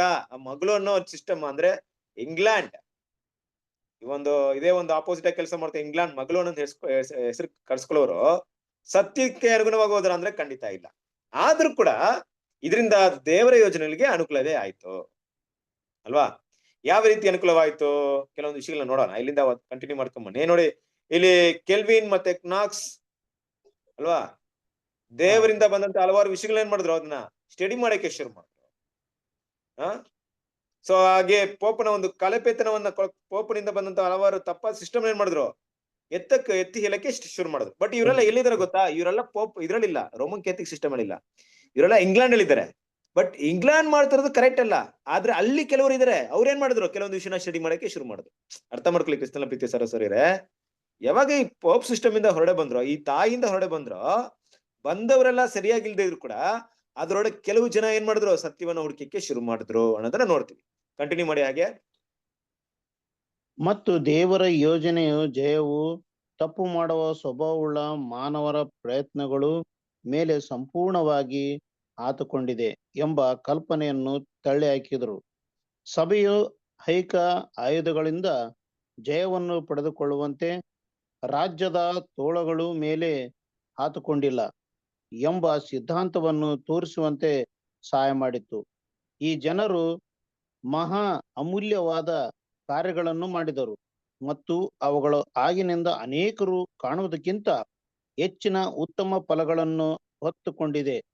ಪರಂತು ಇತರ ಹಾಳು ಮಾಡುವ ತಪ್ಪುಗಳಿಂದ ಅಂಧಾರವಾಗಿ ಹಾಗೆಂದು ಗ್ರಹಿಸದೆ ಅವರು ಯಾರು ಪರಲೋಕದ ರಾಜ್ಯಕ್ಕೆ ಆಯ್ಕೆಗೊಳ್ಳುವುದಿಲ್ಲವೋ ಅವರು ನೀಚ ಪಾಪಿಗಳೆಂದು ನಿತ್ಯ ಹಿಂಸೆಗಳಿಗೆ ಗುರಿಯಾಗುತ್ತಾರೆ ಎಂಬ ತಪ್ಪನ್ನು ಪ್ರತಿಪಾದಿಸುವಂತೆ ನಡೆಸಲ್ಪಟ್ಟರು. ಕೂಡಲೇ ಅವರು ಸಿದ್ಧಾಂತಗಳು ಪ್ರೆಸ್ಟೆನೇರಿಟಿಸಮ್ ಎಂಬ ಹೆಸರಿನಲ್ಲಿ ಸ್ಫೋಟೀಕರಿಸಲ್ಪಟ್ಟಿತು ಮತ್ತು ದೈವಿಕ ತೀರ್ಪುಗಳು ಅಸ್ಥಿರತೆಯ ಮೊದಲು ನಿರೂಪಣೆಯನ್ನು ಮೀರಿ ಸುಧಾರಣೆ ಮತ್ತು ಶುದ್ಧೀಕರಣಕ್ಕೆ ಅವರಿಂದ ಸ್ವಲ್ಪವೇ ಸಹಾಯ ದೊರೆಯಿತು. ಮತ್ತು ಅದರ ಸಹೋದರಿ ಗುಂಪುಗಳಿಗಿಂತ ಪ್ರೆಸ್ಟೆನೇರಿಸಮ್ ಕೂಡ ಶುದ್ಧೀಕರಣ ಕಾರ್ಯವನ್ನು ಅಡ್ಡಿಪಡಿಸಲು ಮುಚ್ಚಿ ಹಾಕಲು ಬಹಳಷ್ಟು ಮಾಡಿದೆ. ಓಕೆ, ನೋಡ್ರಿ, ಇಲ್ಲೇನ್ ನಾವು ಗಮನಿಸ್ತಾ ಇದೀವಿ ಅಂದ್ರೆ ಹಲವಾರು ಸಭೆಗಳು ಉಟ್ಕೊಂಡ್ರು ಕೂಡ ಅಲ್ಲಲ್ಲಿ ಏನಾಯ್ತು ಅಂದ್ರೆ ಸ್ವಲ್ಪ ಶುದ್ಧೀಕರಣದ ಕೆಲಸ ಆಗ್ತಾ ಬಂತು. ಒಂದ್ ಸಭೆಯಲ್ಲಿ ಬಂತ, ಆ ಸಭೆಯಲ್ಲಿ ಕೆಲವೊಂದು ಚೇಂಜಸ್ ಮಾಡಿದ್ರು, ಆದ್ರೆ ಸಂಪೂರ್ಣವಾಗಿ ಮಾಡ್ಲಿಲ್ಲ. ಇನ್ ಕೆಲವ್ರು ಏನ್ ಮಾಡಿದ್ರು, ಅವ್ರಿಗೆ ಅಪೋಸಿಟ್ ಆದ್ರು, ಅವ್ರು ಏನ್ ಮಾಡಿದ್ರು, ಕೆಲವೊಂದು ಚೇಂಜಸ್ ಮಾಡಿದ್ರು, ಆದ್ರೂ ಅಲ್ಲೂ ಕೂಡ ಸಂಪೂರ್ಣ ಮಾಡಿಲ್ಲ. ಹೀಗಾಗಿ ಎಲ್ಲ ಕಡೆ ಕೆಲವೊಂದು ಶುದ್ಧೀಕರಣ, ಸ್ವಲ್ಪ ಶುದ್ಧೀಕರಣ, ಕೆಲವೊಂದು ವಿಷಯನ ಕಂಡಿಡಿಯಕ್ಕೆ ಶುರು ಮಾಡಿದ್ರು. ನೋಡ್ರಿ, ಫಾರ್ ಎಕ್ಸಾಂಪಲ್ ನೋಡ್ಬೇಕಾರೆ ಇಲ್ಲಿ ಈ ಇಂಗ್ಲೆಂಡ್ ಸಭೆ ಬಗ್ಗೆ ಮಾತಾಡಿದ್ವಿ ನಾವು ಆಗ್ಲೇ. ಈ ತಾಯಿ ಮಗಳು ಸಭೆ, ಮಗಳು ಅಂತ ಏನಕ್ಕೆ ಕೇಳ್ತಾ ಇದೀವಿ, ಅದಕ್ಕೆ ನೀವು ಅರ್ಥ ಮಾಡ್ಕೊಬೇಕು. ಮಗಳು ಅಂದ್ರೆ ಏನಪ್ಪಾ ಅಂದ್ರೆ ತಾಯಿ ಅಂತೆ ಮಗಳು ಅಲ್ವಾ? ಹೇಳ್ತಾರಲ್ಲ ಒಂದು ಗಾದೆ ಇದೆಯಲ್ಲ, ತಾಯಿ ಹೇಗಿದ್ದಾರೆ ಹಾಗೆ ಮಗಳು. ಅಂದ್ರೆ ಮಗಳಂದ್ರೆ ಆ ಅಂದ್ರೆ ಪೋಪ್ ಸಿಸ್ಟಮ್ಗೆ ಅಪೋಸಿಟ್ ಆಗಿ ಇವ್ರು ಇದ್ರು ಕೂಡ ಇವ್ರು ಮಗಳೇ, ಬೇರೆ ಡಿಫ್ರೆನ್ಸ್ ಇಲ್ಲ, ಅದನ್ನ ಅರ್ಥ ಮಾಡ್ಕೊಬೇಕು. ಆದ್ರೆ ಇವರ ಒಂದು ಬೋಧನೆಗಳು ಹೆಂಗಿತ್ತು ಅಂದ್ರೆ ಅವ್ರಿಗೆ ಅಪೋಸಿಟ್ ಆಗಿತ್ತು, ಆದ್ರೆ ದೇವರ ಸತ್ಯಕ್ಕೆ ಅನುಕೂಲವಾಗಿತ್ತು ಅಂದ್ರೆ ಇಲ್ಲ. ಕರೆಕ್ಟಾ? ಅಂದ್ರೆ ಇವ್ರೇನ್ ಹೇಳ್ತಿದ್ರು, ಪುರ್ಗೆಟ್ರಿ ಇದೆ, ಅಂದ್ರೆ ಪರಲೋಕಕ್ಕೂ ನರಕಕ್ಕೂ ಮಧ್ಯದ ಒಂದು ಸ್ಥಳ ಇದೆ, ಅಲ್ಲಿ ನೀವು ಫೈನಲ್ ಜಜ್ಮೆಂಟ್ ಕೊಟ್ಟು ಪರಲೋಕಕ್ಕೆ ಹೋಗುವಂತ ಅವಕಾಶ ಇದೆ ಅಂತ ಇವ್ರು ಹೇಳ್ತಿದ್ರು. ಯಾರೋ ನಮ್ಮ ರೋಮನ್ ಕ್ಯಾಥಲಿಕ್. ಇವರು ಆ ರೀತಿ ಯಾವ್ದು ಇಲ್ಲ, ಪರಲೋಕ ನರಕ ಬಿಟ್ರೆ ಯಾವ್ದಿಲ್ಲ ಅನ್ನೋಂಥ ರೀತಿಲಿ ಬಂದ್ರು, ಆದ್ರೆ ಅದು ಸತ್ಯವಾಗಿರ್ಲಿಲ್ಲ. ಅರ್ಥ ಆಗ್ತಿದೆಯಲ್ಲ ನಿಮ್ಗೆ? ಈ ರೀತಿ ಏನಾಯ್ತು ಅಂದ್ರೆ ಕೆಲವೊಂದು ಚೇಂಜಸ್ ತಂದ್ರು ನೋಡಿ. ಅದ್ರಲ್ಲಿ ಒಂದು ಎಕ್ಸಾಂಪಲ್ ಏನಪ್ಪಾ ಅಂದ್ರೆ, ಅವ್ರಿಗೆ ಒಂದು ವಿಷಯ ಏನ್ ಅರ್ಥ ಆಯ್ತು ಅಂದ್ರೆ, ಈ ಮನುಷ್ಯ ಪಾಪ ಮಾಡ್ತಿರೋಂಥ ಮನುಷ್ಯ ದೇವರ ಯೋಜನೆಗಳ ಎಂದು ಹಾಳು ಮಾಡಕ್ ಆಗಲ್ಲ ಅಲ್ವಾ? ದೇವರ ಯೋಜನೆ ಎಂದು ನಾಶ ಮಾಡಕ್ ಆಗಲ್ಲ. ದೇವ್ರ ಯೋಜನೆ ಅವ್ರ ಮೂಲಕನೇ ನೆರವೇರುತ್ತೆ. ಅದು ಏನೇ ಆದ್ರೂ ದೇವ್ರ ಯೋಜನೆ ಪ್ರಕಾರ ನೆರವೇರುತ್ತೆ. ದೇವ್ರ ಇದೆಲ್ಲ ಮುಂಚಿತವಾಗಿ ತಿಳಿದಿದ್ದಾರೆ ಅನ್ನೋ ರೀತಿಯಲ್ಲಿ ಅವ್ರು ಏನ್ ಮಾಡಿದ್ರು, ಅರ್ಥ ಮಾಡ್ಕೊಂಡ್ರು. ಅದ್ ಮಾತ್ರವಲ್ಲ, ಕ್ರಿಸ್ತನ ಪ್ರೀತಿಯ ಸಹೋದರರೇ, ಇನ್ನೂ ಹಲವಾರು ವಿಷಯಗಳನ್ನ ಏನ್ ಮಾಡಿದ್ರು, ಪ್ರತಿಯೊಂದು ಸಭೆಗಳಲ್ಲಿ ಕೆಲವೊಂದು ಭಕ್ತರು ನಿಜವಾದ ದೇವರ ಸತ್ಯ ಹುಡುಕುವಂತವ್ರು ಏನ್ ಮಾಡಿದ್ರು, ಅದನ್ನ ಅರ್ಥ ಮಾಡ್ಕೊಳಕ್ಕೆ ಶುರು ಮಾಡಿದ್ರು. ಫಾರ್ ಎಕ್ಸಾಂಪಲ್ ಅಂದ್ರೆ, ದೇವರ ಒಂದು ರಾಜ್ಯವನ್ನ ನಾವು ಮಾಂಸಿಕ ಒಂದು ಮನೋಭಾವನೆಯಿಂದ ನಾವ್ ಏನ್ ಮಾಡಕ್ಕಾಗಲ್ಲ, ಹೊಂದ್ಕೊಳಕ್ಕೆ ಆಗಲ್ಲ. ದೇವರ ಆತ್ಮದಿಂದಲೇ ನಡೆಸಲ್ಪಟ್ಟರು ಮಾತ್ರ ಹೊಂದ್ಕೊಳಕ್ಕಾಗುತ್ತೆ. ಈ ರೀತಿ ಹಲವಾರು ವಿಷಯ ಏನಾಯ್ತು ಅಂದ್ರೆ ಅವ್ರಿಗೆ ಬೆಳಕಿಗೆ ಬಂತು, ಆದ್ರೂ ಕೂಡ ಏನ್ ಮಾಡಿಲ್ಲ, ಸಂಪೂರ್ಣವಾಗಿ ಅದನ್ನ ಕಂಡಿಡ್ದಿಲ್ಲ. ಯಾವ್ದು ಅವ್ರಿಗೆ ಬೆಳಕಿಗೆ ಬಂತು, ಒಂದ್ ಸಭೆಯಲ್ಲಿ ಯಾವ್ದೋ ಒಂದ್ ಕಂಡು ಹಿಡಿದ್ಬಿಟ್ರೆ ಅಂತ ಇಟ್ಕೊಳ್ಳಿ, ಅದೇ ಅವ್ರಿಗೆ ಗ್ರೇಟ್ ಆಗಿತ್ತು. ಅದನ್ನ ಇಟ್ಕೊಂಡೆ ಒಂದು ಡೆನೋಮಿನೇಷನ್ ಆಗ್ಬಿಡ್ತಿದ್ರು ಅವರು. ಅದನ್ನ ಇಟ್ಕೊಂಡ್ಬಿಟ್ಟೆ ನಾವೇ ಸಪ್ರೇಟ್ ಅಂತ ತೋರ್ಸ್ಕೊಂಡ್ಬಿಡ್ತಿದ್ರು ಅವರು. ಅದೊಂದು ಡಿನಾಮಿನೇಷನ್ ನೋಡಿ, ನಿಮ್ಮ ಹತ್ರ ಇದಿಲ್ಲ, ನಮ್ಮ ಹತ್ರ ಇದಿದೆ. ಈ ರೀತಿಯಾಗಿ ಏನ್ ಮಾಡಿದ್ರು, ಎಲ್ಲ ಒಂದು ಡಿನಾಮಿನೇಷನ್ ಆಗಿ ಬೆಳೆಯಕ್ಕೆ ಶುರು ಮಾಡ್ಕೊಂಡ್ರು. ಇನ್ನು ಹೆಚ್ಚಾಗಿ ಅವ್ರು ಮಾಡಿದಂತ ವಿಷಯಗಳಲ್ಲಿ ಏನಪ್ಪಾ ಅಂತ ನೋಡಿದ್ರೆ, ಯಾರೆಲ್ಲ ದೇವರ ಒಂದು ವಿಷಯಕ್ಕೆ ತುಂಬಾ ಒಳ್ಳೆಯವರಾಗಿ ನಡೆಯುತ್ತಿರ್ತಾರೋ ಅವರು ಪರಲೋಕಕ್ಕೆ ಯೋಗ್ಯರಾಗಿರ್ತಾರೆ. ಹಾಗೆ ಪಾಪ ಕೃತ್ಯಗಳು ಮಾಡಿರೋರು ಏನಾಗಿರ್ತಾರೆ, ನರಕಕ್ಕೆ ಯೋಗ್ಯರಾಗಿರ್ತಾರೆ. ನಿತ್ಯ ಹಿಂಸೆಗೆ ಏನಾಗ್ತಾರೆ, ಗುರಿಯಾಗಿರ್ತಾರೆ ಅನ್ನುವಂತ ವಿಷಯಗಳು ಏನ್ ಮಾಡಿದ್ರು ತಂದ್ರು. ನೋಡ್ರಿ, ಇದೆಲ್ಲ ಪೋಪ್ ಸಿಸ್ಟಮ್ಗೆ ಕೆಲವೊಂದು ಆಪೋಸಿಟ್ ಆಗಿತ್ತು, ಆದ್ರೆ ಸತ್ಯಕ್ಕೆ ಅನುಕೂಲವಾಗಿ ಇರ್ಲಿಲ್ಲ. ಸೊ ಆಗಿರ್ಬೇಕಾದ್ರೆ ಇನ್ನು ಕೆಲವೊಬ್ರು ಬರ್ತಾರೆ, ಯಾರೋ ಪ್ರೆಸ್ಬಿಟೇರಿಯನಿಸಂ ಅನ್ನೋಂತ ಕೆಲವರು ಬರ್ತಾರೆ ಅಲ್ವಾ. ಅವ್ರು ಕೂಡ ಏನ್ ಮಾಡ್ತಾರೆ ಅಂದ್ರೆ, ಕೆಲವೊಂದು ವಿಷಯಗಳನ್ನ ಸ್ಟಡಿ ಮಾಡಿ ಏನ್ ಮಾಡ್ತಾರೆ, ಶುದ್ಧೀಕರಣದ ಹಂತಕ್ಕೆ ಇನ್ನೂ ಏನ್ ಮಾಡ್ತಾರೆ, ಹತ್ರಕ್ಕೆ ಹೋಗ್ತಾರೆ ಅಲ್ವಾ. ಇನ್ನು ದೇವರ ಜಜ್ಮೆಂಟ್ ಬಗ್ಗೆ ಸ್ಟಡಿ ಮಾಡ್ತಾರೆ ಅವರು. ದೇವರ ಜಜ್ಮೆಂಟ್ ಇಂದ ಏನ್ ಮಾಡ್ತಾರೆ, ಇನ್ನು ಬೇರೆ ಬೇರೆ ವಿಷಯಗಳು ಏನ್ ಮಾಡ್ತಾರೆ, ಸ್ಟಡಿ ಮಾಡ್ತಾರೆ. ಆದ್ರೂ ಕೂಡ ಸಂಪೂರ್ಣ ಶುದ್ಧೀಕರಣಕ್ಕೆ ಅವ್ರು ಯಾರೋ ಪ್ರೇರಣೆ ಆಗಿರ್ಲಿಲ್ಲ ಅಲ್ವಾ. ಕೆಲವೊಂದು ಸಭೆಯಲ್ಲಿ ಕೆಲವೊಬ್ರು ಮಾಡಿದಂತ ಒಳ್ಳೆ ಸತ್ಯವನ್ನ ಇನ್ನೊಬ್ರು ಅದನ್ನ ಆಪೋಸಿಟ್ ಮಾಡ್ತಾ ಇದ್ರು, ಇಲ್ಲ ಇವ್ರು ಸುಳ್ಳು ಹೇಳ್ತಾ ಇದ್ರು, ಇವ್ರು ತಪ್ಪು ಹೇಳ್ತಾ ಇದ್ರು ಅಂದ್ಬಿಟ್ಟು. ಆದ್ರೆ ಅವರ ಹೇಳಿದಂತಹ ಸತ್ಯವೇನಾಗಿತ್ತು ಅಂದ್ರೆ ಮುಂದಿನ ಶುದ್ಧೀಕರಣಕ್ಕೆ ಅನುಕೂಲವಾಗಿತ್ತು. ಆದ್ರೆ ಇದೆಲ್ಲ ಏನಾಯ್ತು ಅಂದ್ರೆ, ಇವರ ಸ್ವಾರ್ಥಕ್ಕೋಸ್ಕರ ಮಾಡುವಂತ ವಿಷಯಗಳು ಇಲ್ಲಿ ಸತ್ಯವನ್ನ ತಡೆಯಕ್ಕೂ ಆಗ್ಲಿಲ್ಲ, ಆದ್ರೆ ಸತ್ಯದಲ್ಲಿ ಅವ್ರು ಇರೋಕ್ಕೂ ಆಗ್ಲಿಲ್ಲ. ಆ ರೀತಿಯಾದಂತ ಒಂದು ವಿಷಯಗಳ ತಂತು. ಯಾವುದೇ ರೀತಿಯಲ್ಲಿ ಸತ್ಯ ಮಾತ್ರ ಬೆಳೀತಾ ಇತ್ತು, ಆದ್ರೆ ಅವ್ರು ಯಾರು ಕೂಡ ಸತ್ಯವನ್ನ ಫಾಲೋ ಮಾಡ್ತಾ ಇರ್ಲಿಲ್ಲ. ಹೀಗೆ ಹಲವಾರು ಪಂಗಡಗಳು, ಗುಂಪುಗಳೇನಾಯ್ತು, ಉಟ್ಕೊಳ್ಳಕ್ಕೆ ಶುರುವಾಯ್ತು ಅಲ್ವಾ. ನೋಡಿ, ಕೆಲವೊಂದು ಸಹೋದರಿಯರ ಗುಂಪುಗಳು ಕೂಡ ಉಟ್ಕೊಂಡ್ಬಿಟ್ಟಿದೆ, ಓನ್ಲಿ ಸಿಸ್ಟರ್ಸ್ ಅನ್ಬಿಟ್ಟು ಅಲ್ವಾ. ಇವ್ರು ಕೂಡ ಏನ್ ಮಾಡಿದ್ರು, ಈ ತರ ಸಿಸ್ಟಮ್ ಎಲ್ಲ, ಕೆಲವೊಂದು ಸಿಸ್ಟಮ್ ಏನ್ ಮಾಡ್ತು ಅಂದ್ರೆ ಈ ಶುದ್ಧೀಕರಣದ ವಿಷಯಕ್ಕೆ ಅಪೋಸಿಟ್ ಮಾಡಕ್ಕೆ ಶುರು ಮಾಡ್ಕೊಂಡ್ರು. ಅಂದ್ರೆ ಶುದ್ಧೀಕರಣ ಅಂದ್ರೆ ಇಲ್ಲಿ ಏನ್ ಅರ್ಥ ಮಾಡ್ಕೊಬೇಕು ದೇವ್ರ ಮಕ್ಳು, ನೀವು ಕ್ರಿಸ್ತನ ಪ್ರೀತಿಯ ಸಹೋದರರೇ, ದೇವರು ಹೇಳಿದಂತ ಸತ್ಯವನ್ನ ಯಾರು ಹುಡುಕೊಂಡು ಅದನ್ನ ಮುಂದುವರ್ಸ್ಕೊಂಡು ಹೋಗ್ತಾರ, ಅದಕ್ಕೆ ಅಡ್ಡಿ ಮಾಡಂತದ್ದು ಇದೇ ಶುದ್ಧೀಕರಣ. ಸತ್ಯವನ್ನ ಕ್ಲಿಯರ್ ಆಗಿ ಅರ್ಥ ಮಾಡ್ಕೊಳ್ಳುವಂತ ಒಂದ್ ಜನ ಇದ್ರೆ ಅದು ಶುದ್ಧೀಕರಣ ಮಾಡ್ತಾ ಇದ್ರೆ, ಆದ್ರೆ ಅವ್ರಿಗೆ ಅಪೋಸಿಟ್ ಆಗಿ ಕೆಲಸ ಮಾಡೋದು ಅದಕ್ಕೆ ಅಡ್ಡಿ ಮಾಡೋದು. ಇದೆಲ್ಲ ಕ್ರಮೇಣ ಸಭೆಗಳಲ್ಲಿ ಆಯ್ತು ಅನ್ನೋ ವಿಷಯನ ನಾವು ನೋಡ್ತೀವಿ. ಕಂಟಿನ್ಯೂ ಮಾಡಿ. ವೆಸ್ಲಿಯನ್ನರು ಮತ್ತು ಅವರ ಜೊತೆ ಕೆಲಸಗಾರರು ನಿರುತ್ಸಾಹ ಮತ್ತು ಸಂಪ್ರದಾಯಗಳಿಂದ ಪೀಡಿಸಲ್ಪಟ್ಟವರಾಗಿ ಸಭೆ ಮತ್ತು ದೇಶದ ಅನ್ಯೋನ್ಯತೆಯ ಫಲವಾಗಿ ಉಂಟಾಗಿದ್ದ ಅವರ ದಿನದಲ್ಲಿ ಪ್ರಚಲಿತವಾಗಿದ್ದ ಕೆಲವೊಂದು ಶಿಥಿಲ ಸಂಪ್ರದಾಯಗಳನ್ನು ತೆಗೆದುಹಾಕಲು ಮತ್ತು ಕ್ರಿಸ್ತನಲ್ಲಿ ಮತ್ತು ಕ್ರಿಸ್ತನ ಅನ್ಯೋನ್ಯತೆಯಲ್ಲಿನ ವೈಯಕ್ತಿಕ ನಂಬಿಕೆಯ ಮೂಲಕವಾಗಿ ಉಂಟಾಗುವ ವ್ಯಕ್ತಿಗತ ಪವಿತ್ರತೆಯನ್ನು ತೋರಿಸುವುದು ಅವಶ್ಯವೆಂದರು. ಮತ್ತು ಕ್ರೈಸ್ತ ರಾಜ್ಯವೆಂದು ಹೇಳಿಕೊಳ್ಳುವ ರಾಜ್ಯದಲ್ಲಿ ಜನಿಸುವ ಮತ್ತು ಅಂತಹ ರಾಜ್ಯದ ಸಭೆಯಲ್ಲಿ ಜನಿಸಿದ ಮಾತ್ರಕ್ಕೆ ಕ್ರೈಸ್ತರೆಂದು ಪರಿಗಣಿಸುವುದು ನಿಜವಾದ ಕ್ರೈಸ್ತತ್ವವಲ್ಲ ಎಂಬ ಸತ್ಯವನ್ನು ಬೋಧಿಸಲು ಶ್ರಮಿಸಿದರು. ಇದು ಅದುವರೆಗೆ ಪೂರ್ವಕವಾಗಿತ್ತು ಮತ್ತು ಅವಶ್ಯವಾಗಿ ಶುದ್ಧೀಕರಣ ಕಾರ್ಯದ ಭಾಗವಾಗಿತ್ತು. ಆದರೆ ಆದಿಸಭೆಯ ನಿರಾಡಂಬರತೆಯೇ ಸಮರ್ಪಕತೆಯ ಕಡೆಗೆ ಹೋಗುವ ಬದಲು ವೆಸ್ಲಿಯವರು ಸಹ ಶುದ್ಧೀಕರಣ ಮತ್ತು ಸುಧಾರಣಾ ಕಾರ್ಯವು ಮುಕ್ತಾಯಗೊಂಡಿತೆಂದು ತೀರ್ಮಾನಿಸಿದರು ಮತ್ತು ಇತರರೊಂದಿಗೆ ಮೆಥೋಡಿಸಂ ಅನ್ನು ಸಂಘಟಿಸಲು ಮತ್ತು ಆ ರೀತಿಯಾಗಿ ಮೆಥೋಡಿಸಂನ ವಿಶ್ವಾಸ ಸೂತ್ರ ಮಾನದಂಡದೊಡನೆ ನೆಡಲು ಮುಂದುವರೆದರು. ಇದು ಪರಿಣಾಮಕಾರಿಯಾಗಿ ಮುಂದಿನ ಪ್ರಗತಿ ಮತ್ತು ಶುದ್ಧೀಕರಣವು ಕುಂಠಿತಗೊಳಿಸಿದ್ದು ಏಕತಾವಾದ ಮತ್ತು ಸಾರ್ವತ್ರಿಕ ಇವುಗಳ ಸಾಕಾರಗೊಳಿಸುವ ದೋಷವಾಗಿದ್ದರೂ ಅವುಗಳ ಮೂಲಕ ಪವಿತ್ರವಾದ ದೋಷಗಳನ್ನು ಹೊರಹಾಕುವ ಪ್ರಯತ್ನ ನಡೆಸಲಾಯಿತು. ಬಹುಶಃ ಇದು ಬೇರೆಯವರುಗಳಂತೆಯೇ ಸರಿಸಮವಾಗಿ ಸಫಲವೂ ಮತ್ತು ಅಸಫಲವೂ ಆಗಿತ್ತು. ನೋಡಿ ಕ್ರಿಸ್ತಲ್ ಪ್ರೀತಿಯ ಸಹೋದರರೇ, ಇಲ್ಲಿ ಜಾನ್ ವೆಸ್ಲಿ ಅನ್ನೋರು ಬರ್ತಾರೆ ಅಲ್ವಾ. ಸೊ ವೆಸ್ಲಿ ಅವ್ರು ಏನ್ ಮಾಡ್ತಾರೆ, ಕೆಲವೊಂದು ಬೋಧನೆಗಳನ್ನ ಸ್ಟಡಿ ಮಾಡ್ತಾರೆ. ಈ ವ್ಯಕ್ತಿ ಸ್ಟಡಿ ಮಾಡಿ ಏನ್ ಮಾಡ್ತಾರೆ ಅಂದ್ರೆ, ಈ ಒಂದು ಅನೇಕ ಕ್ರೈಸ್ತ ಪಂಗಡಗಳಿಂದ ಬೇಸತ್ತಾಗಿರ್ತಾರೆ, ಅಂದ್ರೆ ಬೇಜಾರಾಗಿರ್ತಾರೆ ಇವ್ರು. ಯಾಕಂದ್ರೆ ಈ ಪೋಪ್ ಇಂದ ಹೊರಡೆ ಬಂದಂತ ರಿಫಾರ್ಮೇಶನ್ ಇಂದ ಉಟ್ಕೊಂಡ ಡಿನಾಮಿನೇಷನ್ ತರುವಂತ ಬೋಧನೆ ಇದ್ದಿಲ್ಲ, ಅದು ಎಷ್ಟು ಕೆಲವೊಂದು ಟೈಮಲ್ಲಿ ಕೆಟ್ಟದಾಗಿತ್ತು ಅಂದ್ರೆ ಅದ್ರ ಮೂಲಕ ಇವ್ರು ತುಂಬಾ ಡಿಸ್ಟರ್ಬ್ ಆಗಿರ್ತಾರೆ. ಅವರ ಸಂಪ್ರದಾಯ ಅದೇ ಸಿಸ್ಟಮ್ನ ಏನಿದು ಅರ್ಥಗರ್ಭಿತವಿಲ್ಲದ ಒಂದು ವಿಷಯಗಳನ್ನ ಫಾಲೋ ಮಾಡ್ತಾ ಇದ್ರೆ ಏನ್ ಮಾಡ್ತಾರೆ, ತುಂಬಾ ಏನ್ ಮಾಡ್ತಾರೆ, ಅದಕ್ಕೆ ಆಪೋಸಿಟ್ ವಿಷಯಗಳನ್ನ ಏನ್ ಮಾಡ್ತಾರೆ, ತೋರಿಸ್ತಾರೆ. ಮತ್ತೇನ್ ಮಾಡ್ತಾರೆ ಅಂದ್ರೆ, ಈ ಸಂಪ್ರದಾಯಗಳು ಆಚಾರ ವಿಚಾರಲ್ಲ ಅದಕ್ಕೆಲ್ಲ ಯಾವ್ದು ಏನ್ ಮಾಡಲ್ಲ, ವೆಸ್ಲಿ ಕಿವಿಗೊಡಲ್ಲ. ಅದನ್ನ ಫಾಲೋ ಮಾಡ್ಬೇಕು ಅನ್ನೋಂತ ವಿಷಯಕ್ಕೆ ಅವ್ರು ಪ್ರೋತ್ಸಾಹ ಮಾಡೋದೇ ಇಲ್ಲ. ಇನ್ನು ಸ್ಟಡಿ ಮಾಡಿ ಏನ್ ಮಾಡ್ತಾರೆ ಅಂದ್ರೆ, ನೋಡ್ರಿ ನೀವು ಕ್ರೈಸ್ತರಾಗಿ ಹುಟ್ಟಿದ ಮಾತ್ರಕ್ಕೆ ನೀವೆಲ್ಲರೂ ಕ್ರೈಸ್ತರಾಗಿರಲ್ಲ. ನೀವು ಒಂದು ಕ್ರೈಸ್ತರ ರಾಜ್ಯ ಇದೆ ಇವತ್ತು. ಆ ಗೌರ್ಮೆಂಟ್ ಅಲ್ಲಿ ಕ್ರೈಸ್ತರ ಅಂದ್ರೆ ಕ್ರೈಸ್ತರ ಸಭೆಗಳಲ್ಲಿ ಹುಟ್ಟಿದ ಮಾತ್ರಕ್ಕೆ ನೀವೇನಾಗಲ್ಲ, ನೀವು ಪರಲೋಕಕ್ಕೆ ಹೋಗಲ್ಲ. ಅದೆಲ್ಲ ಸುಳ್ಳು ಬೋಧನೆ. ಯಾರೊಬ್ರು ದೇವರ ಯೋಜನೆಗಳನ್ನ ಫಾಲೋ ಮಾಡಿ ನಡೀತಾರೋ, ಯಾರೊಬ್ರು ತಮ್ಮ ಜೀವನವನ್ನ ಅದೇ ರೀತಿಯಾಗಿ ಅಳವಡಿಸ್ಕೊಂಡು ಹೋಗ್ತಾರೋ, ಅವ್ರು ಮಾತ್ರ ದೇವರ ರಾಜ್ಯಕ್ಕೆ ಹೋಗ್ತಾರೆ, ಪರಲೋಕಕ್ಕೆ ಹೋಗ್ತಾರೆ ಅನ್ನೋ ವಿಷಯವನ್ನ ಏನ್ ಮಾಡೋದು, ಹೇಳಕ್ಕೆ ಶುರು ಮಾಡೋದು. ಇದೆಲ್ಲ ಏನಾಯ್ತು ಅಂದ್ರೆ, ಈ ಪೋಪ್ನ ಕಂಪೇರ್ ಮಾಡಿದಾಗ, ಆ ಪೋಪ್ ನಲ್ಲಿದ್ದಂತ ಬೋಧನೆಗಳಿಗೆ ಕಂಪೇರ್ ಮಾಡಿದಾಗ ತುಂಬಾ ಬೆಳಕು ಕೊಡುವಂತ ಸತ್ಯವೇ ಆಗಿತ್ತು. ತುಂಬಾ ಒಂದು ಸತ್ಯವನ್ನ ಅಂದ್ರೆ ಇನ್ನು ಬೇರೆಕ್ ನಾವು ಅರ್ಥ ಮಾಡ್ಕೊಳ್ಳುವಂತ ಸತ್ಯವೇ ಆಗಿತ್ತು. ಆದ್ರೆ ಕ್ರಿಸ್ತನ ಪ್ರೀತಿಯ ಸಹೋದರರೇ, ನನ್ನ ವಾಯ್ಸ್ ಕೇಳಿಸ್ತಾ ಇದೆಯಾ? ಕೇಳಿಸ್ತಾ ಇದೆ ಬ್ರದರ್. ಕೇಳಿಸ್ತೇವೆ. ಸ್ವಲ್ಪ ಸೌಂಡ್ ಸ್ವಲ್ಪ ಬ್ರೇಕ್ ಆದಂಗೆ ಕಾಣಿಸ್ತದೆ ಬ್ರದರ್. ಸ್ವಲ್ಪ ಒಂದ್ ನಿಮಿಷ ಎಲ್ಲಾರು ಮ್ಯೂಟ್ ಮಾಡ್ಕೊಂಡಿದ್ರೆ ಎಲ್ಲ ಮ್ಯೂಟ್ ಮಾಡ್ಕೊಂಡ್ಬಿಡ್ರಿ. ಯಾರು ಅನ್ಮ್ಯೂಟ್ ಮಾಡ್ಕೊಳಕ್ ಹೋಗ್ಬರ್ರಿ. ಮೋಹನ್ ರಾಜ್ ಬ್ರ, ನೀವು ಮ್ಯೂಟ್ ಮಾಡ್ಕೊಳ್ಳಿ. Right, thank you. ಇಲ್ಲಿ ನೋಡೋಣ.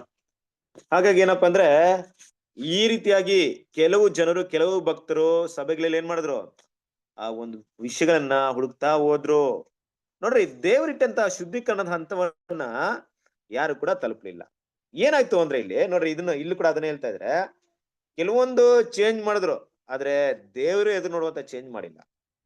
ಈ ಒಂದು ಬಾಬಿಲೋನ್ ಅಂದ್ರೆ ಹೆಸರು ಕ್ರೈಸ್ತ ಸಭೆ ಆಗಿರುವಂತ ಈ ಪೋಪ್ ಸಿಸ್ಟಮ್ ಇಂದ ಶುದ್ಧೀಕರಣ ಮಾಡುವಂತ ಕೆಲವೊಂದು ವಿಷಯಗಳನ್ನ ಚೇಂಜ್ ಮಾಡಿದ್ರು. ಆದ್ರೆ ಪೋಪ್ ಸಿಸ್ಟಮ್ ಇಂದ ಬಹಳಷ್ಟು ವಿಷಯಗಳನ್ನ ಶುದ್ಧೀಕರಣ ಮಾಡಬೇಕಾಗಿತ್ತು. ಕ್ರಿಸ್ತನ ಪ್ರೀತಿಯ ಸಹೋದರರೇ, ತುಂಬಾ ಜನರಿಗೆ ಇದು ತಪ್ಪು ಅನ್ನೋದು, ಈ ಒಂದು ಆಚಾರ ವಿಚಾರಗಳು ತಪ್ಪು ಅನ್ನೋದೇ ಕನ್ನಡಕ್ಕೆ ತುಂಬಾ ಸಮಯ ಬೇಕಾಗಿತ್ತು. ವೆಸ್ಲಿ ಕೂಡ ಹಾಗೆ ತಿಳ್ಕೊಂಡ್ಬಿಟ್ಟಿದ್ರು, ಮುಗೀತಪ್ಪ, ನಾನು ಕೆಲವೊಂದು ವಿಷಯನ ಸ್ಟಡಿ ಮಾಡಿದೀನಿ, ಕೆಲವೊಂದು ವಿಷಯನ ಹೇಳಿದೀನಿ, ಇಷ್ಟೇ ಸಾಕು, ಇದಕ್ಕಿಂತ ಹೆಚ್ಚಾಗಿ ಏನ್ ಬೇಕಾಗಿಲ್ಲ, ಇಷ್ಟನ್ನೇ ಫಾಲೋ ಮಾಡಿದ್ರೆ ಪರಲೋಕಕ್ಕೆ ಹೋಗ್ಬಿಡ್ತೀರಾ, ಇದನ್ನೆಲ್ಲ ಬಿಟ್ಬಿಟ್ರಿ ಸಾಕು, ಇದನ್ನೇ ಫಾಲೋ ಮಾಡಿ ಅನ್ನೋ ವಿಷಯಕ್ಕೆ ಏನ್ ಮಾಡಿದ್ರು, ಬಂದ್ರು. ಈ ಮೆಥಡಿಸಮ್, ಬ್ಯಾಪ್ಟಿಸ್ಟ್ ಅಂದ್ರೆ ಹಲವಾರು ಜನರು ಕೆಲವೊಂದು ವಿಷಯಗಳು ಏನ್ ಮಾಡಿದ್ರು, ಅದನ್ನ ಚೇಂಜ್ ಮಾಡಿದ್ರು. ಇನ್ನು ಮುಖ್ಯವಾಗಿ ನೋಡಕ್ ಹೋದ್ರೆ, ಅಲ್ಲಿ ಕೆಲವೊಬ್ರು ಯಾವ ರೀತಿ ಚೇಂಜ್ ಮಾಡಿದ್ರು, ಯಾವ ರೀತಿ ಒಂದು ಬೆಳವಣಿಗೆ ಬಂದ್ರು ಅಂದ್ರೆ, ನೋಡ್ರಿ, ನನ್ನ ನಂಬಿಕೆ ನಿಮ್ಮ ನಂಬಿಕೆ ಒಂದೇ ಇದೆ, ನಾವ್ಯಾಕೆ ಬೇರೆ ಬೇರೆ ಆಗಿರ್ಬೇಕು, ನಾವೆಲ್ಲ ಒಂದು ಯೂನಿವರ್ಸಲ್ ಆಗಿರೋಣ, ಯೂನಿಟರಿಸಮ್ ಆಗಿರೋಣ, ಸಾರ್ವತ್ರಿಕವಾಗಿರೋಣ, ನಾವೆಲ್ಲ ಒಂದು ಏಕತವಾಗಿರೋಣ, ಒಟ್ಟಿಗಿರೋಣ ಅನ್ನೋದ್ರ ರೀತಿಯಲ್ಲಿ ಅದನ್ನ ಆ ರೀತಿ ಬೆಳೆಸಕ್ಕೆ ಕೂಡ ಪ್ರಯತ್ನ ಪಡ್ತಾ ಇದ್ರು. ಒಂದ್ ಕಡೆ ದೇವ್ರ ಮಕ್ಳು ನಿಮ್ಗೆ ಅರ್ಥವಾಗ್ತಾ ಇದೆ ಅನ್ಸುತ್ತೆ. ಏನಪ್ಪಾ ಅಂದ್ರೆ, ದೇವರು ಎದುರು ನೋಡುವಂತ ಸತ್ಯ, ದೇವರು ಎದುರು ನೋಡುವಂತ ಶುದ್ಧೀಕರಣ, ಅದು ಸತ್ಯದ ಮೇಲೆ ಸಂಪೂರ್ಣವಾಗಿ ಆಧಾರ ಮಾಡ್ಕೊಂಡ್ಬೇಕಾಗಿರುವಂತ ವಿಷಯವಾಗಿತ್ತು. ಆ ರೀತಿ ಆಧಾರವಾಗಿರ್ಬೇಕಾದ್ರೆ ಪ್ರತಿಯೊಂದು ವಿಷಯವನ್ನು ಕೂಡ ಸ್ಟಡಿ ಮಾಡ್ಬೇಕಾಗಿತ್ತು. ಪ್ರತಿಯೊಂದು ವಿಷಯ ಸ್ಟಡಿ ಮಾಡಿ, ಬಾಬಿಲೋನ್ ಅಂದ್ರೆ ಪೋಪ ಸಿಸ್ಟಮ್ ಇಂದ ಬಂದಂತ ಯಾವ ತಪ್ಪಾದ ಸುಳ್ಳು ಬೋಧನೆ ಇದೆ ಅಂದ್ಬಿಟ್ಟು ತೆಗೆದು ಹಾಕ್ಬೇಕಾಗಿತ್ತು. ಆದ್ರೆ ಅಂತ ಕೆಲಸವನ್ನ ಯಾರೊಬ್ರು ಕೂಡ ಸಂಪೂರ್ಣವಾಗಿ ಮಾಡ್ಲಿಲ್ಲ. ಅಲ್ಪ ಸ್ವಲ್ಪ ವಿಷಯಗಳನ್ನ ಮಾಡ್ಕೊಂಡ್ ಬಂದ್ರು ಕೂಡ ಮತ್ತೆ ಕೆಲವ್ರಿಗೆ ಏನಾಯ್ತು ಅಂದ್ರೆ, ನಾವ್ ಯಾಕೆ ಇಷ್ಟೊಂದು ಡಿನಾಮಿನೇಷನ್ ಆಗಿರ್ಬೇಕು, ನಾವೆಲ್ಲ ಒಟ್ಟಿಗಾಗ್ಬಿಡೋಣ, ಬನ್ರಿ ಸೇರ್ಕೊಳ್ಳೋಣ, ನಾವು ಕ್ರೈಸ್ತರಲ್ಲಿ ಇಷ್ಟೊಂದು ಏನಕ್ಕೆ ಅನ್ಬಿಟ್ಟು ಸೇರ್ಸುವಂತ ಕೆಲಸ ಇನ್ ಕೆಲವ್ರು ಮಾಡ್ತಿದ್ರು. ಅದು ಯಾವ ರೀತಿ ಅಂದ್ರೆ, ನೋಡಪ್ಪ, ನೀವು ಯಾವ್ದೋ ಒಂದು ಬೋಧನೆ ಹೇಳ್ತಿದ್ದೀರಾ, ನಾನ್ ಯಾವ್ದೋ ಸ್ವಲ್ಪ ಬೋಧನೆ, ಇದ್ರಲ್ಲಿ ಏನು ಅಲ್ಪ ಸ್ವಲ್ಪ ಡಿಫ್ರೆನ್ಸ್ ಇದೆ, ನಾವೆಲ್ಲ ಒಟ್ಟಿಗಿರೋಣ. ನೋಡಿ, ನೀವು ನೋಡ್ಬೇಕಾರೆ ನಮ್ಮ ಒಂದು ಭಾರತದಲ್ಲಿ ಕೂಡ CSI ಇದೆ, ಚರ್ಚ್ ಆಫ್ ಸೌತ್ ಇಂಡಿಯಾ ಅಂತ. ಅಂದ್ರೆ ಏನರ್ಥ, ಎಲ್ಲ ಒಂದು ಹಲವಾರು ಸಭೆಗಳು ಸೇರಿ ಇರುವಂತ ಒಂದು ಸಭೆನ ಚರ್ಚ್ ಆಫ್ ಸೌತ್ ಇಂಡಿಯಾ. ಯಾರು ಬೇಕಾದ್ರೂ ಸೇರ್ಕೊಬಹುದು, ನಾವು ನಿಮ್ಗೆ ಕನೆಕ್ಟ್ ಆಗ್ತೀವಿ ಅಂದ್ಬಿಟ್ಟು. ಅದನ್ನ ನಾವೆಲ್ಲ ಸೇರಿ ಒಂದು ಪಂಗಡ. ಈ ರೀತಿ ಯುನಿಟರಿಸಂ ಯೂನಿವರ್ಸಲಿಸಂ ಏನಾಯ್ತು, ಬೆಳೆಯೋದಕ್ಕೆ ಶುರು ಮಾಡ್ತು. ಈ ಯೂನಿವರ್ಸಲಿಸಂ ಮತ್ತೆ ಯುನಿಟರಿಸಂ ಏನ್ ಮಾಡುತ್ತೆ ಅಂದ್ರೆ, ಜನರನ್ನ ತಪ್ಪಾದ ವಿಷಯಗಳನ್ನ ಸುಳ್ಳು ಯಾವ್ದಂತ ಕಂಡಿಡಿಗೆ ಬದಲಾಗಿ ಸುಳ್ಳೋ ಸರಿನೋ ತಪ್ಪೋ ನಾವೆಲ್ಲ ಕ್ರೈಸ್ತರು ಅನ್ನೋಂಥ ವಿಷಯಕ್ಕೆ ಏನ್ ಮಾಡ್ತಿದ್ರು, ಮತ್ತೆ ಅದೇ ಒಂದು ದಾಸತ್ವಕ್ಕೆ ಅದೇ ಒಂದು ವಿಷಯಕ್ಕೆ ಅದನ್ನ ಕರ್ಕೊಂಡು ಹೋಗ್ತಾ ಇತ್ತು. ಅಂದ್ರೆ ಪವಿತ್ರ ಆಲಯದಲ್ಲಿ ದೇವರ ಮಕ್ಕಳ ಮಧ್ಯದಲ್ಲಿರುವಂತಹ ದೋಷಗಳನ್ನ ಪಾಪಗಳನ್ನ ಸುಳ್ಳನ್ನ ತೆಗೆದಾಕುವಂತ ಕೆಲಸಕ್ಕೆ ಕೈ ಹಾಕ್ತಾ ಇರಲಿಲ್ಲ. ಈ ರೀತಿ ಒಂದು ಯುನಿಟರಿಸಂ ಮತ್ತೆ ಯೂನಿವರ್ಸಲಿಸಂ ಅಂತ ಒಂದು ಸಿಸ್ಟಮ್ ಬಂದಾಗ, ಈ ಸಾರ್ವತ್ರಿಕತೆ ಎಲ್ರು ಒಟ್ಟಾಗಿರೋಣ ಅಂತ ವಿಷಯ ಬಂದಾಗ ಅಲ್ಲಿರುವಂತ ಸತ್ಯವನ್ನ ಕಂಡಿಡಿಯೋಕೆ ಯಾವುದೇ ಒಂದು ಅವಕಾಶವಿರಲ್ಲ. ಕ್ರಿಸ್ತನ ಪ್ರೀತಿ ಸರಸರಿದೆ, ಇದೆಲ್ಲ ಬೆಳೀತು. ಕೆಲವ್ರು ಏನ್ ಮಾಡಿದ್ರು, ಇದು ಕೂಡ ಕೈ ಹಾಕಿದ್ರು. ಕೆಲವ್ರು ಏನ್ ಮಾಡಿದ್ರು, ನಾವು ರೋಮನ್ ಕೆತ್ಲಿಕ್ ಬೇಡ, ಬಟ್ ನಾವೆಲ್ಲ ಒಟ್ಟಿಗಿರೋಣ, ನಾವೆಲ್ಲ ಸೇರಿ ಒಂದಾಗಿರೋಣ. ಆ ರೀತಿಯಾಗಿ ಏನಾದ್ರು ಎಲ್ರು ಕೂಡ ಏನ್ ಮಾಡಿದ್ರು, ಆ ಒಂದು ಬೆರೆತಿರೋದಕ್ಕೆ ತುಂಬಾ ಪ್ರಯತ್ನ ಪಟ್ರು. ಇದೆಲ್ಲ ಕೂಡ ಏನಾಯ್ತು ಅಂದ್ರೆ ಪವಿತ್ರವಾದ ಶುದ್ಧೀಕರಣಕ್ಕೆ ಅಡ್ಡಿ ಮಾಡೋಂತ ರೀತಿಯಲ್ಲಿ ನಮ್ಗೆ ಕಾಣಿಸ್ತಾ ಇದೆ. ಇವರೆಲ್ಲ ಕರೆಕ್ಟ್ ಆಗಿ ಕೆಲಸ ಮಾಡಿದ್ರೆ ಪವಿತ್ರ ಶುದ್ಧೀಕರಣ ಆಗ್ಬೋದಾಯ್ತಲ್ಲ ಅನ್ನೋ ರೀತಿಯಲ್ಲಿ ನಮ್ಗೆ ಕಾಣಿಸ್ತಾ ಇದೆ. ಅದೆಲ್ಲ ದೇವರ ಯೋಜನೆನೆ, ದೇವ್ರ ಮೊದ್ಲೇ ಗೊತ್ತಿತ್ತು ಈ ರೀತಿ ನಡೆಯುತ್ತೆ ಅಂದ್ಬಿಟ್ಟು ಅಲ್ವಾ. ಯಾವ ಸಮಯದಲ್ಲಿ ಪವಿತ್ರಾಲಯ ಶುದ್ಧವಾಗುತ್ತೆ ಅಂದ್ಬಿಟ್ಟು ಕೂಡ ದೇವ್ರ ಚೆನ್ನಾಗಿ ಗೊತ್ತಿತ್ತು. ಆದ್ರಿಂದ ಇದೆಲ್ಲ ಸಿಸ್ಟಮ್ಸ್ ಏನಾಯ್ತು ಅಂದ್ರೆ, ಸ್ವಲ್ಪ ಹುಳಿನ ಸ್ವಲ್ಪ ಸುಳ್ಳನ ಚೇಂಜಸ್ ಮಾಡಿದ್ರು, ಅದೇ ರೀತಿಯಾದಂತ ಹಲವಾರು ಸುಳ್ಳನ ಹೊರಡಿಟ್ಕೊಂಡ್ರು. ಅದು ಕೂಡ ದೇವರ ದೃಷ್ಟಿಯಲ್ಲಿ ಅಸಹ್ಯವಾಗಿ ಇತ್ತು ಅಲ್ವಾ. ಅದನ್ನ ಸಂಪೂರ್ಣವಾಗಿ ಅವ್ರು ಮಾಡ್ಲಿಲ್ಲ ಅನ್ನೋ ವಿಷಯವನ್ನ ಇಲ್ಲಿ ನೋಡ್ತೀವಿ. ಕಂಟಿನ್ಯೂ ಮಾಡಿ.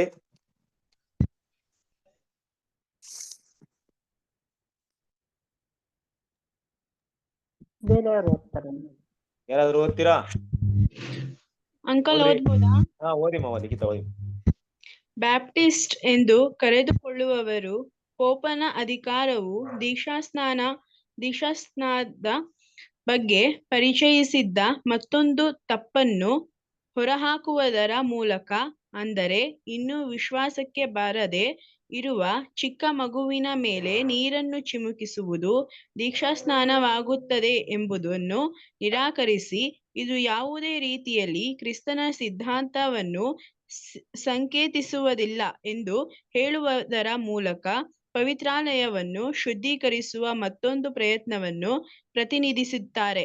ಆದಾಗ್ಯೂ ಸರಿಯಾದ ಬಾಹ್ಯರೂಪ ಅಥವಾ ಸಂಕೇತದ ಬಗ್ಗೆ ಬೋಧಿಸುವುದನ್ನು ಬಿಟ್ಟರೆ, ಅದರಿಂದಾಚೆ ಬ್ಯಾಪ್ಟಿಸ್ಟರು ಸ್ವಲ್ಪ ಪ್ರಗತಿ ಸಾಧಿಸಿದ್ದಾರೆ.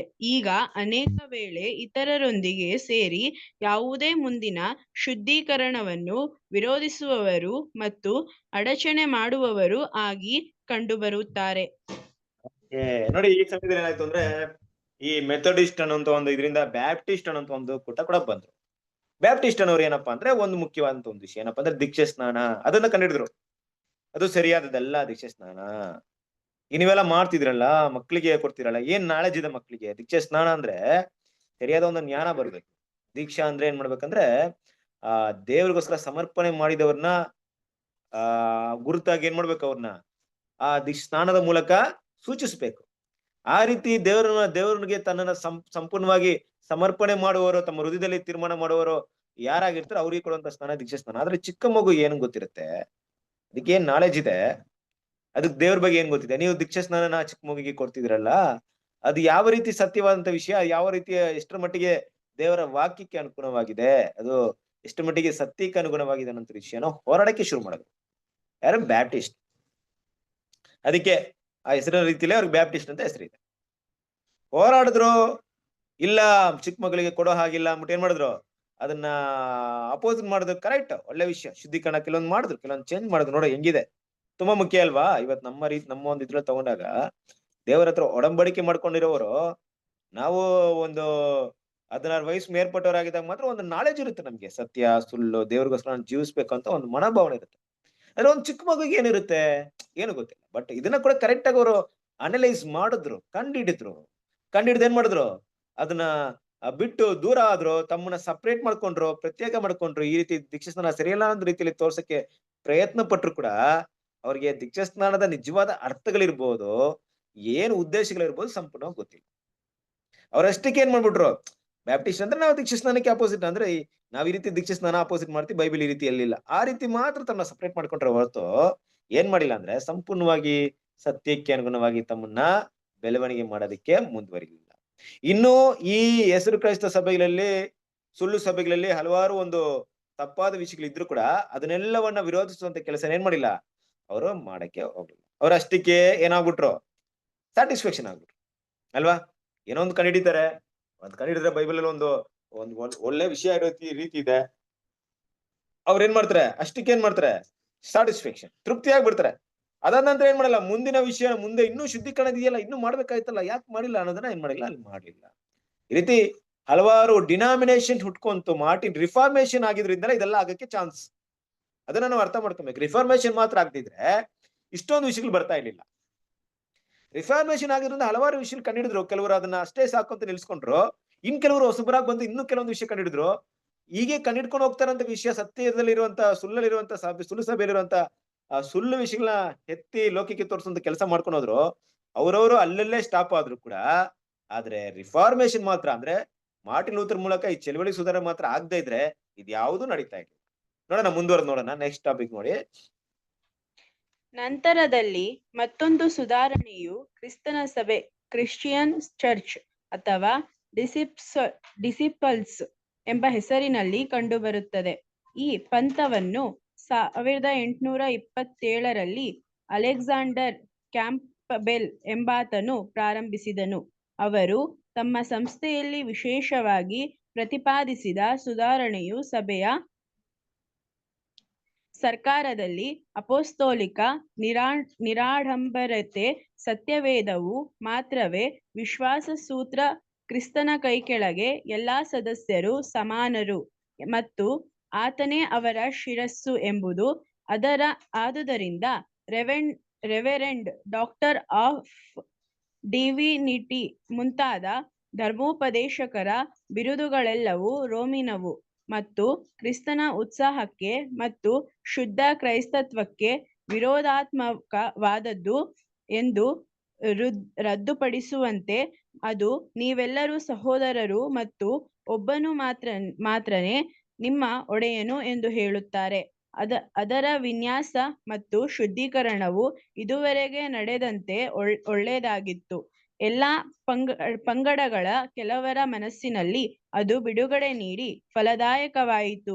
ಆದರೆ ಕೆಲವೊಂದು ಪಾಯಿಂಟ್ ನೋಡ್ರಿ, ಕ್ರಿಸ್ತನ ಪ್ರೀತಿಯ ಸಹೋದರರೇ, ಇದಾದ ನಂತರ ಏನಾಯ್ತು, ಇನ್ನೊಂದು ಸಿಸ್ಟಮ್ ಕೂಡ ಉಟ್ಕೊಂತೇನಪ್ಪ ಅಂದ್ರೆ church of Christ, Christian church ಅಲ್ವಾ. ಅಂದ್ರೆ ಕ್ರಿಸ್ತನ ಸಭೆ ಅನ್ನಂತವ್ರು, ಡಿಸಿಪಲ್ ಶಿಷ್ಯರು ಅನ್ನಂತವ್ರು ಈ ರೀತಿ ಏನ್ ಮಾಡಿದ್ರು ಉಟ್ಕೊಂಡ್ರು. ಯಾರಪ್ಪ ಅಂದ್ರೆ ಅಲೆಕ್ಸಾಂಡರ್ ಕ್ಯಾಂಪಬೆಲ್ ಅನ್ನುವಂಥವ್ರು 1827 ಏನ್ ಮಾಡ್ತಾರೆ, ಇದನ್ನ ಸ್ಥಾಪನೆ ಮಾಡ್ತಾರೆ. ನೋಡಿ, ಇಲ್ಲಿ ಕೂಡ ತುಂಬಾ ಒಂದು ಒಳ್ಳೆ ವಿಷಯ ನಾವು ನೋಡ್ಬೋದು. ಏನಕ್ಕಪ್ಪ ಅಂದ್ರೆ, ಹೇಗೆ ಈ ಒಂದು ಪೋಪ್ ಇಂದ ಸಪರೇಟ್ ಆದ್ರೂ ಕೂಡ ಜನ ಅದೇ ಆದಂತ ಅವ್ರದೇ ಆದಂತ ಸಭೆಗಳಲ್ಲಿ ಕೆಲವೊಂದು ಪದವಿ, ಹೆಸರು, ಪುರಸ್ಕಾರಗಳನ್ನ ಕೊಡ್ತಾ ಇದ್ರು, ಪ್ರಾಧಾನ್ಯತೆಯನ್ನು ಕೊಡ್ತಾ ಇದ್ರು. ಅಂದ್ರೆ ಸಭೆಯಲ್ಲಿ ಇರುವಂತ ಸಾಧಾರಣ ಒಂದು ವಿಶ್ವಾಸಿಗಳಿಗೂ ಸಭೆ ನಡೆಸೋರ್ಗೂ ಇರುವಂತ ಡಿಫ್ರೆನ್ಸಿಯೇಷನ್ ತೋರಿಸ್ಕೊಡ್ತಿದ್ರು. ಯಾವ ರೀತಿಯಲ್ಲಿ ಅಂದ್ರೆ ನೋಡಿ, ಅದನ್ನ ಮಾತಾಡ್ಬೇಕಾದ್ರೆ ನೋಡಿ, ಫಾಸ್ಟರ್ ಇರ್ಬೋದು, ಇವತ್ ನಾವ್ ಏನಂತ ಕರಿತೀವಿ, doctor, reverend, doctor of divinity, ಇದೆಲ್ಲ ಇತ್ತು. ಎಲ್ಲಿತ್ತು ಅಂದ್ರೆ, ಡಾಕ್ಟರ್ ಆಫ್ ಡಿವೈನಿಟಿ ಅಂದ್ರೆ ಸುಮ್ಮನೆನಲ್ಲ. ಈಗ ಡಾಕ್ಟರೇಟ್ ಅವಾರ್ಡ್ ಇದೆಯಲ್ಲ, ಡಾಕ್ಟರೇಟ್ ಇದೆಯಲ್ಲ, ಈ PhD ಅದೆಲ್ಲ ಮಾಡ್ತೀವಲ್ಲ, ಅದ್ರಲ್ಲಿ ರಿಲಿಜಿಯಸ್ ಅಲ್ಲಿ ತುಂಬಾ ಹೈಯೆಸ್ಟ್ ಪೊಸಿಷನ್. ಅದೊಂದು ಏನಂತೀವಿ, ಒಂದು ಬಿರುದು, ಒಂದ್ ರೀತಿಲಿ ತುಂಬಾ ಓದಿರೋರು ಇರ್ಬೋದು, ಕಲ್ತಿರೋರು ಇರ್ಬೋದು, ಈ ರೀತಿಯಾದಂತ ಒಂದು ದೊಡ್ಡ ದೊಡ್ಡ ಒಂದು ಪೊಸಿಷನ್ ಇಟ್ಕೊಳ್ತಾ ಇದ್ರು. ರೆವರೆಂಡ್ ಅಂದ್ರೆ ಕೂಡ ನಿಮ್ಗೆಲ್ಲ ಗೊತ್ತೇ ಇದೆ ತಾನೆ. ರೆವರೆಂಡ್ ಅಂದ್ರೆ ಏನಂತ ಬರುತ್ತೆ ಹೇಳಿದ್ದೇವೆ? ರೆವರೆಂಡ್ ಅಂದ್ರೆ ಏನು?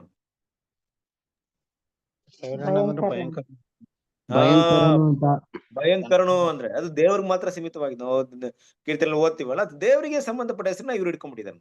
ರೆವರೆಂಡ್ ಅಂತೆ, ಡಾಕ್ಟರ್ ಆಫ್ ಡಿವೈನಿಟಿ ಅಂತ, ನೋಡಿ ಈ ತರ ಹೆಸರುಗಳನ್ನ ಇಟ್ಕೊಂಡ್ಬಿಟ್ಟಿದ್ದಾರೆ. ಇದೆಲ್ಲ ಇಲ್ಲಿಯವರೆಗೆ ಯಾವ ಕಾಲದಲ್ಲಿ ಇಲ್ಲಿವರೆಗೆ ಯಾವುದೇ ಬದಲಾವಣೆ ಬರ್ಲಿಲ್ಲ. ಇಲ್ಲಿ ಕಾಲದವರೆಗೆ ನೋಡಿ, ಚರ್ಚ್ ಆಫ್ ಕ್ರಿಸ್ಟಿಯನ್ ಚರ್ಚ್ ಅಂತಿದೆ ನೋಡಿ, ಇವ್ರ ಕಾಲದಲ್ಲಿ ಈ ಹೆಸರನ್ನೆಲ್ಲ ಪಟ್ಟೆಲ್ಲ ತೆಗ್ದಾಕ್ಬೇಕು, ಇದೆಲ್ಲ ಸರಿಯಿಲ್ಲ. ನಾವೆಲ್ಲರೂ ಕೂಡ ಒಂದೇ, ನಾವೆಲ್ಲರೂ ಸಮಾನರು, ದೇವ್ರು ಮಾತ್ರ ದೊಡ್ಡವರು, ನಾವೆಲ್ಲ ಬ್ರದರ್ಸ್, ನಾವೆಲ್ಲ ಸಹೋದರರು, ಸಮಾನರು. ನಮ್ಮಲ್ಲಿ ಯಾವುದೇ ಕೂಡ ದೊಡ್ಡವರು ಕೆಳಗಿರೋರು, ಪಾಸ್ಟ್ರು, ಇವ್ರು ತುಂಬಾ ಗ್ರೇಟ್, ಇವ್ರು ತುಂಬಾ ಕಡಿಮೆ ಅಂತೇನಿಲ್ಲ. ನೋಡಿ, ನಾವು ಕೂಡ ಇವತ್ತು ಇದ್ದೀವಿ, ದೇವ್ರ ಮಕ್ಳು. ಇವತ್ತು ನಮ್ಮಲ್ಲಿ ಆ ರೀತಿ ಯಾವುದೇ ಇರಲಿಲ್ಲ, ಎಲ್ಲ ಸಹೋದರ ಅಷ್ಟೇ. ಮತ್ತೆ ನಾನು ಸ್ವಲ್ಪ ಓದಿದ್ದೀನಿ ಅಂತ ನಿಮ್ಗೆ ಸಬ್ಜೆಕ್ಟ್ ತಗೊಳ್ತಾ ಇದ್ದೀನಿ, ನಾಳೆ ದಿವಸ ನೀವು ಅರ್ಥ ಮಾಡ್ಕೊಂಡು ಇದೇ ಸಬ್ಜೆಕ್ಟ್ ಇನ್ನೊಬ್ರು ತೆಗಿತೀರಾ ಅಷ್ಟೇ. ಇದನ್ ಬಿಟ್ರೆ ಯಾವ್ದೇ ರೀತಿ ಇಲ್ಲ ಅನ್ನೋ ವಿಷಯ ಕರೆಕ್ಟ್ ಆಗಿ ತಂದ್ರು ಕೂಡ ಅವ್ರು ಯಾರೋ ಈ ಒಂದು ಕ್ರಿಸ್ಟಿಯನ್ ಚರ್ಚ್ ಅನ್ನೋಂಥವ್ರು. ಕರೆಕ್ಟ್, ಒಳ್ಳೆ ವಿಷಯಪ್ಪ, ಅಕ್ಸೆಪ್ಟ್ ಮಾಡ್ಬೇಕು, ಎಂಕರೇಜ್ ಮಾಡ್ಬೇಕು.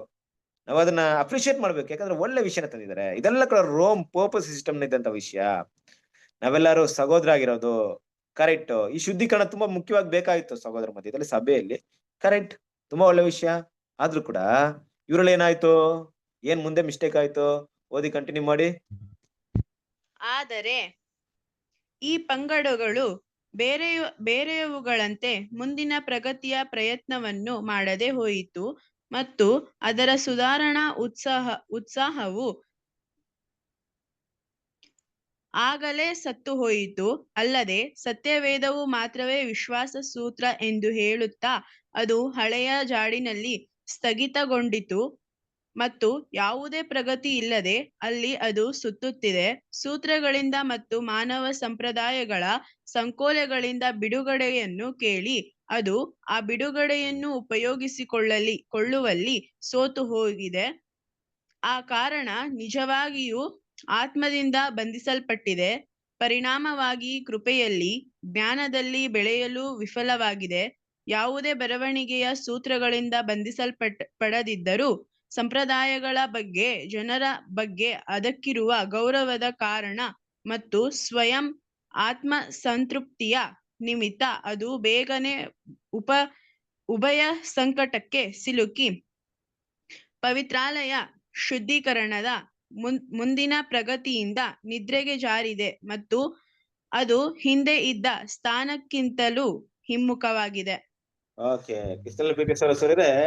ಸರಿ, ಈ ರೀತಿ ಒಂದು ಒಳ್ಳೆ ಒಂದು ವಿಷಯ ಇದೆ ಖಂಡಿತ. ಬಟ್ ಏನಾಯ್ತು ಅಂದ್ರೆ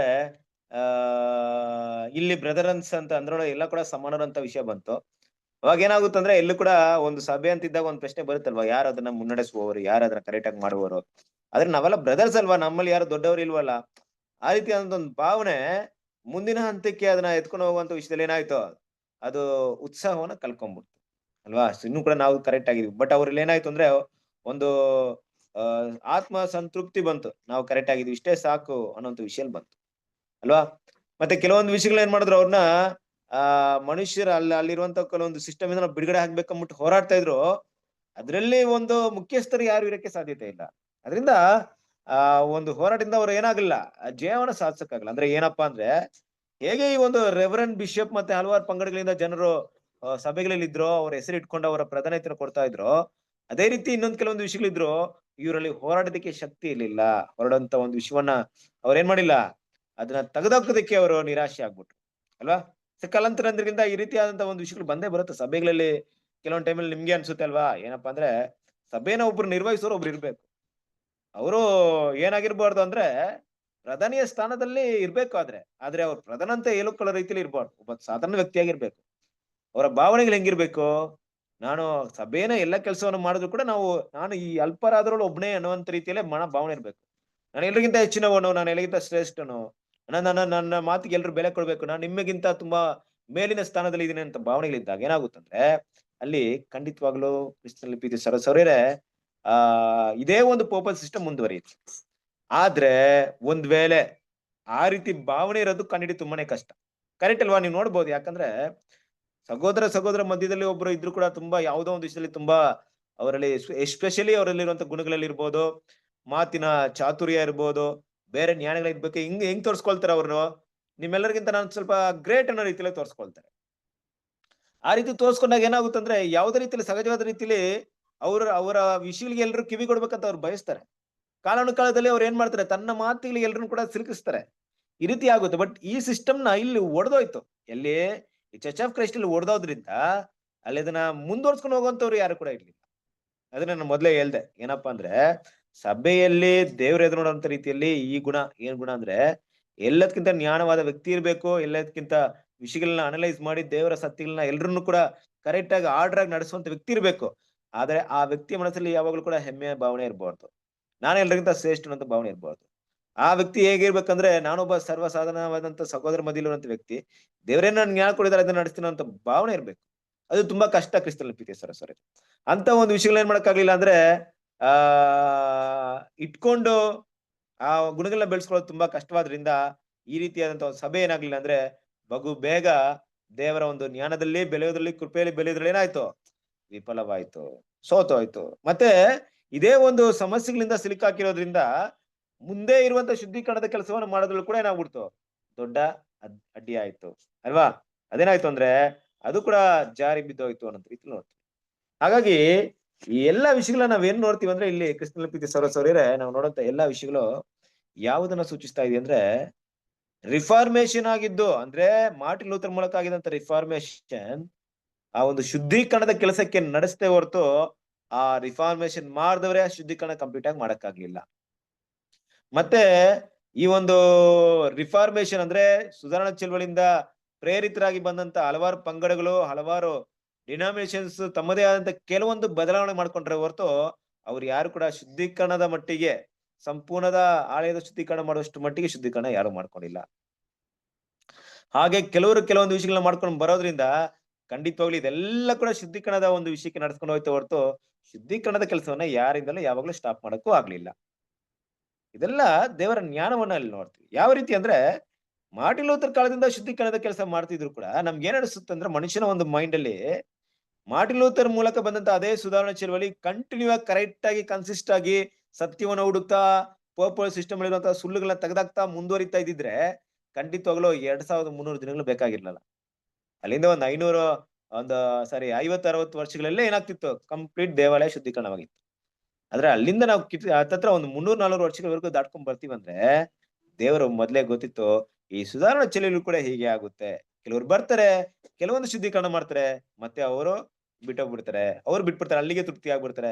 ಇನ್ನೊಂದು ಪಂಗಡ ಬರ್ತಾರೆ, ಇನ್ನೊಂದು ವಿಷಯ ಶುದ್ಧೀಕರಣ ಮಾಡ್ತಾರೆ, ಅವರೆಲ್ಲ ಬಿಟ್ಬಿಡ್ತಾರೆ. ಹೀಗೆ ಶುದ್ಧೀಕರಣ ಮಾಡ್ತಾ ಮಾಡ್ತಾ ಸಂಪೂರ್ಣ ಶುದ್ಧೀಕರಣದ ಸಮಯ ಎಲ್ಲಿಗೆ ಬಂದು ನಿಂತ್ಕೊಳ್ಳುತ್ತೆ ಅಂದ್ರೆ 2300 ಅಂದ್ರೆ 1845 ಶುದ್ಧೀಕರಣ ಸರಿಯಾಗಿ ಬಂದು ನಿಂತ್ಕೊಳ್ಳುತ್ತೆ ಅನ್ನೋದು ದೇವರಿಗೆ ಗೊತ್ತಂತ ಒಂದು ಜ್ಞಾನ. ಮುಂದಿನ ದಿನಗಳಲ್ಲಿ ಇನ್ನು ಕೂಡ ಏನಾಯ್ತು ಅಂದ್ರೆ ಯಾವ ರೀತಿ ಶುದ್ಧೀಕರಣದ ಕೆಲಸ ಮುಂದುವರಿಯಿತು ಅನ್ನೋ ವಿಷಯವನ್ನ ನೋಡೋಣ ಅಲ್ವಾ. ನಾವ್ ಇಲ್ಲಿವರೆಗೆ ಏನ್ ನೋಡಿದೀವಿ ಅಂದ್ರೆ ಹಲವಾರು ಡೆನಮಿನೇಷನ್ ಬಂದು ಶುದ್ಧೀಕರಣದ ಕೆಲಸ ಮುಂದುವರ್ಸ್ಕೊಂಡು ಹೋದ್ರು ಕೂಡ ಸಂಪೂರ್ಣದ ಶುದ್ಧೀಕರಣದವರೆಗೆ ಯಾರು ಬರ್ಲಿಲ್ಲ. ಹಾಗೆ ಬರೋದಕ್ಕೆ ಕಾರಣವಾಗಿ ಅಂತ ಮುಂದಿನ ವಿಷಯಗಳೇನು, ಯಾರ ಶುದ್ಧೀಕರಣದ ಮುಂದಿನ ಹೆಜ್ಜೆಯನ್ನ ಇಟ್ರು ಮತ್ತು ಯಾವ ರೀತಿಯಲ್ಲಿ ಅದನ್ನ ಶುದ್ಧೀಕರಣ ಕೆಲಸ ಮಾಡಿದ್ರು, ಸುಧಾರಣೆಯನ್ನ ಪ್ರಗತಿಗೆ ತಂದ್ರು, ಈ ಸುಳ್ಳನ್ನ ತೆಗೆದಾಕುವಂತ ವಿಷಯದಲ್ಲಿ ಯಾರು ಪ್ರಯತ್ನ ಪಟ್ರು, ಕೊನೆಗೆ ಎಲ್ಲಿಗೆ ಬಂದು ಆ ಸುಧಾರಣಾ ಶೈಲಿಯಲ್ಲಿ ಸಂಪೂರ್ಣವಾಗಿ ಒಂದು ಅಂದ್ರೆ ಈ ಪವಿತ್ರ ಶುದ್ಧೀಕರಣ ಮಾಡುವಂತ ಕೆಲಸ ಎಲ್ಲಿಗೆ ಸಂಪೂರ್ಣವಾಗಿ ನಿಂತ್ಕೊಳ್ತೋ, ಅದ್ ನಿಂತ್ಕೊಳ್ಬೇಕಾ ಇಲ್ಲ ಇನ್ನು ಮುಂದುವರಿಬೇಕಾ ಅನ್ನೋ ವಿಷಯವನ್ನ ದೇವರಿಗೆ ಇಚ್ಛಿತವಾದ್ರೆ ಏನ್ ಮಾಡೋಣ, ನೆಕ್ಸ್ಟ್ ವೀಕ್ ನಾವು ನೋಡೋಣ. ದೇವರಿ ಪಾಠವನ್ನ ಆಶೀರ್ವದಿಸಲಿ. ಓಕೆ, ಕ್ರಿಸ್ತನಲ್ಲಿ ಪ್ರೀತಿಯ ಸಹೋದರರೇ, ನಾನು ಲಾಸ್ಟ್ ಟೈಮ್ ನಿಮ್ಗೆ ಹೇಳಿದ್ದೆ ಅಲ್ವಾ, ಇದು ಸಾಂಗ್ಸ್, ಇದು ರಾತ್ರಿ ಗೀತೆಗಳು ಓದ್ಬೇಕಾಗಿತ್ತು, ನಾವು ಅದು ಓದ್ಲಿಲ್ಲ. ನಿಮ್ಮ ಹತ್ರ ಯಾರ ಹತ್ರ ಇದೆಯಾ?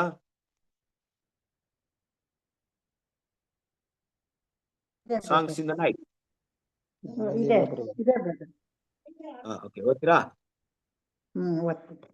ಓಕೆ,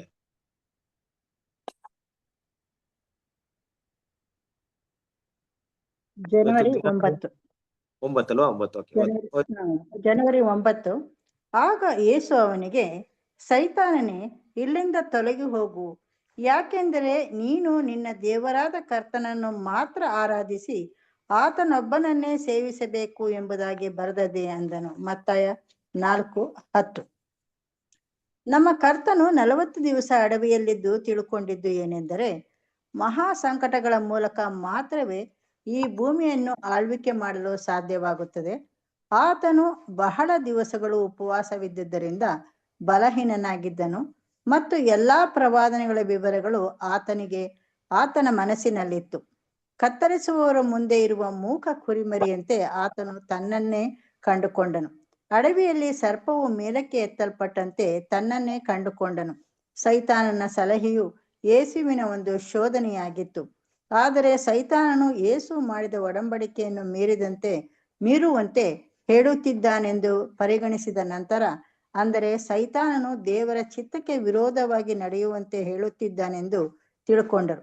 ತಕ್ಷಣ ಆತನು ಉತ್ತರಿಸಿ ಹೇಳಿದ್ದೇನೆಂದರೆ, ಸೈತಾನನೇ, ಇಲ್ಲಿಂದ ತೊಲಗಿ ಹೋಗು, ಯಾಕೆಂದರೆ ನೀನು ನಿನ್ನ ದೇವರಾದ ಕರ್ತನನ್ನು ಮಾತ್ರ ಆರಾಧಿಸಿ ಆತನೊಬ್ಬನನ್ನೇ ಸೇವಿಸಬೇಕು ಎಂಬುದಾಗಿ ಬರೆದದೆ ಅಂದ. ನಂತರ ಸೈತಾನನು ಕರ್ತನನ್ನು ಬಿಟ್ಟು ಹೊರಟು ಹೋದನು, ಏಕೆಂದರೆ ಯೆಹೋವನ ವಾಕ್ಯಕ್ಕೆ ಯೇಸು ತುಂಬಾ ನಿಷ್ಠಾವಂತನಾಗಿರುವುದರಿಂದ ಇನ್ನೂ ಶೋಧಿಸುವುದರಿಂದ ಯಾವ ಪ್ರಯೋಜನವೂ ಇಲ್ಲ ಎಂದು ಸೈತಾನನು ಅಂದುಕೊಂಡನು. ನಂತರ ದೇವದೂತರು ಬಂದು ಯೇಸುವನ್ನು ಉಪಚರಿಸಿದರು. Okay, thank you. ಕ್ರಿಸ್ತನಲ್ಲಿ ಪ್ರೀತಿಯ ಸಹೋದರರೇ, ಇವತ್ತಿನ ಒಂದು ರಾತ್ರಿ ಗೀತೆಗಳು ನಮ್ಗೆ ಹೇಳುವಂತ ವಿಷಯ ಏನಪ್ಪಾ ಅಂದ್ರೆ, ಸೈತಾನನಿಂದ ತೊಲಗಿ ಹೋಗು, ಯಾಕಂದ್ರೆ ನೀನು ನಿನ್ನ ದೇವರಾದ ಕರ್ತನನ್ನು ಮಾತ್ರ ಆರಾಧಿಸುವ, ಆತನೊಬ್ಬನನ್ನೇ ಸೇವಿಸಬೇಕು ಎಂಬುದಾಗಿ ಬರೆದಿದೆ. ಮತ್ತೇನ ಸುವಾರ್ತೆ 4ನೇ ಅಧ್ಯಾಯ 10ನೇ ವಾಕ್ಯ. ಕ್ರಿಸ್ತನಲ್ಲಿ ಪ್ರೀತಿಯ ಸಹೋದರರೇ, ನಮ್ಮ ಕರ್ತನಾದ ಯೇಸು ಕ್ರಿಸ್ತನು ಸೈತಾನನ ಎದುರಿಸುವುದರಲ್ಲಿ ನಮಗೊಂದು ದೊಡ್ಡ ಒಂದು ಮಾದರಿಯನ್ನ ತೋರಿಸ್ಕೊಟ್ಟಿದ್ದಾರೆ. ಹಾಗಾಗಿ ಯಾರೊಬ್ಬರು ಕೂಡ ಸೈತಾನನ ಎದುರಿಸ್ಬೇಕಾದ್ರೆ ನಮ್ಮ ಕರ್ತನಾದ ಯೇಸು ಕ್ರಿಸ್ತನ ರೀತಿಯಲ್ಲಿ ಸತ್ಯವೇದ ವಾಕ್ಯವನ್ನ ಆಧಾರಗಳಿಂದ ಅಲ್ವಾ ಧೈರ್ಯವಾಗಿ ಎದುರಿಸ್ಬೇಕಾಗಿದೆ. ಯಾವಾಗ ನಮ್ಮ ಹೃದಯದಲ್ಲಿ ಆ ಒಂದು ಧೈರ್ಯ ನಂಬಿಕೆ ಇಲ್ಲಲ್ವೋ, ಆಗ ಸೈತಾನ ನಾವ್ ಏನ್ ಮಾಡಕ್ಕಾಗಲ್ಲ, ಎದುರಿಸೋದಕ್ಕೆ ಸಾಧ್ಯತೆ ಇಲ್ಲ. ಸೈತಾನ ಕೂಡ ಏನ್ ಮಾಡ್ತಾನೆ, ನಮ್ಮ ಬಲಹೀನತೆಗಳನ್ನ ಆತನ ನೋಡ್ತಾ ಇರ್ತಾನೆ. ಯಾವ ಸಮಯದಲ್ಲಿ ದೇವರ ಮಕ್ಕಳನ್ನ ವಂಚನೆ ಮಾಡಬಹುದು, ಎಲ್ಲಿ ನಾವು ತುಂಬಾ ವೀಕ್ ಆಗಿರ್ತೀವಿ, ಎಲ್ಲಿ ನಾವು ಶೋಧನೆಗೆ ತುಂಬಾ ಒಳಪಟ್ಟಿರ್ತೀವಿ, ಅದು ಸೈತಾನನ ಅಲ್ಟಿಮೇಟ್ ಟಾರ್ಗೆಟ್ ಆಗಿರುತ್ತೆ. ನೀವ್ ಇಲ್ಲಿಂದ ನೋಡ್ತಿರಲ್ಲ, ಯೇಸು ಕ್ರಿಸ್ತನ್ ಏನ್ ಮಾಡ್ತಾನೆ, ಸೈತಾನ ಶೋಧಿಸಿದ ಮೇಲೆ ಆತನ ಬಿಟ್ಟೋಗ್ಬಿಡ್ತಾನೆ. ಅಂದ್ರೆ ಬಿಟ್ಟೋಗ್ಬಿಡ್ತಾನೆ, ಯಾವಾಗ್ಲೂ ಬರಲ್ವಾ ಸೈತಾನ, ಬರಲ್ವಾ ಯಾವಾಗ್ಲೂ? ಬರ್ತಾನೆ. ವಾಕ್ಯ ಏನಂತಿದೆ ಗೊತ್ತಲ್ಲಿ, ಸ್ವಲ್ಪ ಕಾಲ ದೇವ್ರೆ ಸೈತಾನ ಏನ್ ಮಾಡ್ತಾನೆ ನೋಡಿ, ವಾಕ್ಯನ ತಗೊಂಡು ಹೋದ್ರಿ ಅಲ್ಲಿ ಮುಗಿಸ್ಬಿಡೋಣ, ಜಾಸ್ತಿ ಟೈಮ್ ತಗೊಳಲ್ಲ. ಮತ್ತೇನು ಸುವಾರ್ತೆ 4ನೇ ಅಧ್ಯಾಯ ಆತನ ಬಿಟ್ಟು ಹೋದನ ಅಂತ ಹೇಳ್ತಾವ. ಏನಂತಿದೆ? ಸ್ವಲ್ಪ ಕಾಲ ಬಿಟ್ಟು ಆತನ ಹೋದನು. ಬಿಟ್ಟು ಹೋದನ ಅಂತ ಹೇಳ್ತಾನೆ. ಅಂದ್ರೆ ಏನರ್ಥ ಇಲ್ಲಿ ಸ್ವಲ್ಪ ಕಾಲ ಅಂದ್ರೆ ಏನರ್ಥ ಅಲ್ಲಿ? ಇಲ್ಲಿ ಸ್ವಲ್ಪ ಮತ್ತೆ ಕಾಲ ಅಂತ ಬರ್ತಾನೆ ಬಂದಿದೆಯಲ್ಲ, ಅಂತ ಅರ್ಥ. ಓಕೆ, ಸ್ವಲ್ಪ ಕಾಲ ಅನ್ನೋದು ಸರಿಯಾದ ಟ್ರಾನ್ಸ್ಲೇಷನ್ ಅಲ್ಲ. ಅಲ್ಲಿ ಬರ್ಬೇಕಾದ ವಿಷಯ ಏನಪ್ಪಾ ಅಂದ್ರೆ, ತಕ್ಕ ಸಮಯದವರೆಗೂ ಸೈತಾನ ಬಿಟ್ಟು ಹೋಗಿದ್ದು. ಅಂದ್ರೆ ತಕ್ಕ ಸಮಯ ಅಂದ್ರೆ ಮತ್ತೆ ನನಗೆ ಈ ರೀತಿಯ ಒಂದು ಅವಕಾಶ ಸಿಗುತ್ತೆ, ಸಿಗೋವರೆಗೂ ನಾನು ಏನು ಮಾಡಲ್ಲ, ಸಿಕ್ಕಿದ್ರೆ ಮತ್ತೆ ಬರ್ತೀನಿ ಅನ್ನೋಂತ ರೀತಿಯಲ್ಲಿ. ಅಂದ್ರೆ ಯೇಸು ಕ್ರಿಸ್ತನ ಮತ್ತೆ ಶೋಧನೆ ಮಾಡೋದಕ್ಕೆ ಯಾವಾಗ ಅವಕಾಶ ಸಿಗುತ್ತೋ ಅವಾಗ ನಾನು ಮತ್ತೆ ಬಂದು ಶೋಧನೆ ಮಾಡ್ತೀನಿ ಅಂತ ಅರ್ಥ. ಹಾಗಾಗಿ ಇಲ್ಲಿ ಏನಪ್ಪಾ ಹೇಳ್ತೀವಿ ಅಂದ್ರೆ, ದೇವ್ರ ಮಕ್ಕಳು ಸೈತನ್ ನಾವು ಆತನ ಎದುರಿಸುವಂತ ಕೆಲಸವನ್ನ ನಮ್ಮ ಮರಣದವರೆಗೂ ಮಾಡ್ಕೊಂಡಿರ್ಬೇಕು. ಇವತ್ತು ನಾವು ಎದುರಿಸ್ಬಿಟ್ರೆ, ಜಯಿಸ್ಬಿಟ್ರೆ ಅವ್ನು ಹೋಗ್ಬಿಟ್ಟು ಮತ್ತೆ ಬರಲ್ಲ ಅಂತ ಅಲ್ಲ. ಕ್ರಿಸ್ತನ ಯಾವಾಗ್ಲೂ ನಮ್ಮ ಮೇಲೆ ದೃಷ್ಟಿ ಇಟ್ಟಿರ್ತಾನೆ. ಆದ್ರೆ ಧೈರ್ಯವಾಗಿ ಕರ್ತನಾದ ಯೇಸು ಕ್ರಿಸ್ತನ ರೀತಿಯಲ್ಲಿ ಧೈರ್ಯವಾಗಿ ನಂಬಿಕೆಯಿಂದ ದೇವ್ರ ಮಕ್ಕಳು ಎದುರಿಸುವಂತ ಕೆಲಸವನ್ನ ನಾವು ಮಾಡ್ಬೇಕಾಗಿದೆ. ಅದರಿಂದ ಇದು ಕೂಡ ಒಳ್ಳೆ ಒಂದು ಪಾಠ ಇದೆ. ದಯವಿಟ್ಟು ಅದನ್ನ ಮನಸ್ಸಲ್ಲಿ ಇಟ್ಕೊಳ್ಳಿ, ಸ್ಟಡಿ ಮಾಡ್ರಿ. ನಿಮ್ಗೆ ಇನ್ನೂ ಕೂಡ ನಂಬಿಕೆಯಲ್ಲಿ ಬೆಳೆಯೋದಕ್ಕೆ ಮತ್ತೆ ಸತ್ಯದಲ್ಲಿ ಬೆಳೆಯೋದಕ್ಕೆ ಅದು ಪ್ರಯೋಜನವಾಗಿರುತ್ತೆ. ದೇವರು ಇವತ್ತಿನ ಪಾಠವನ್ನ, ಈ ಒಂದು ರಾತ್ರಿ ಗೀತೆಯನ್ನು ಆಶೀರ್ವದಿಸಲಿ. Thank you.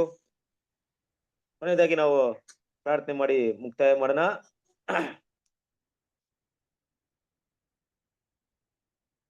Okay,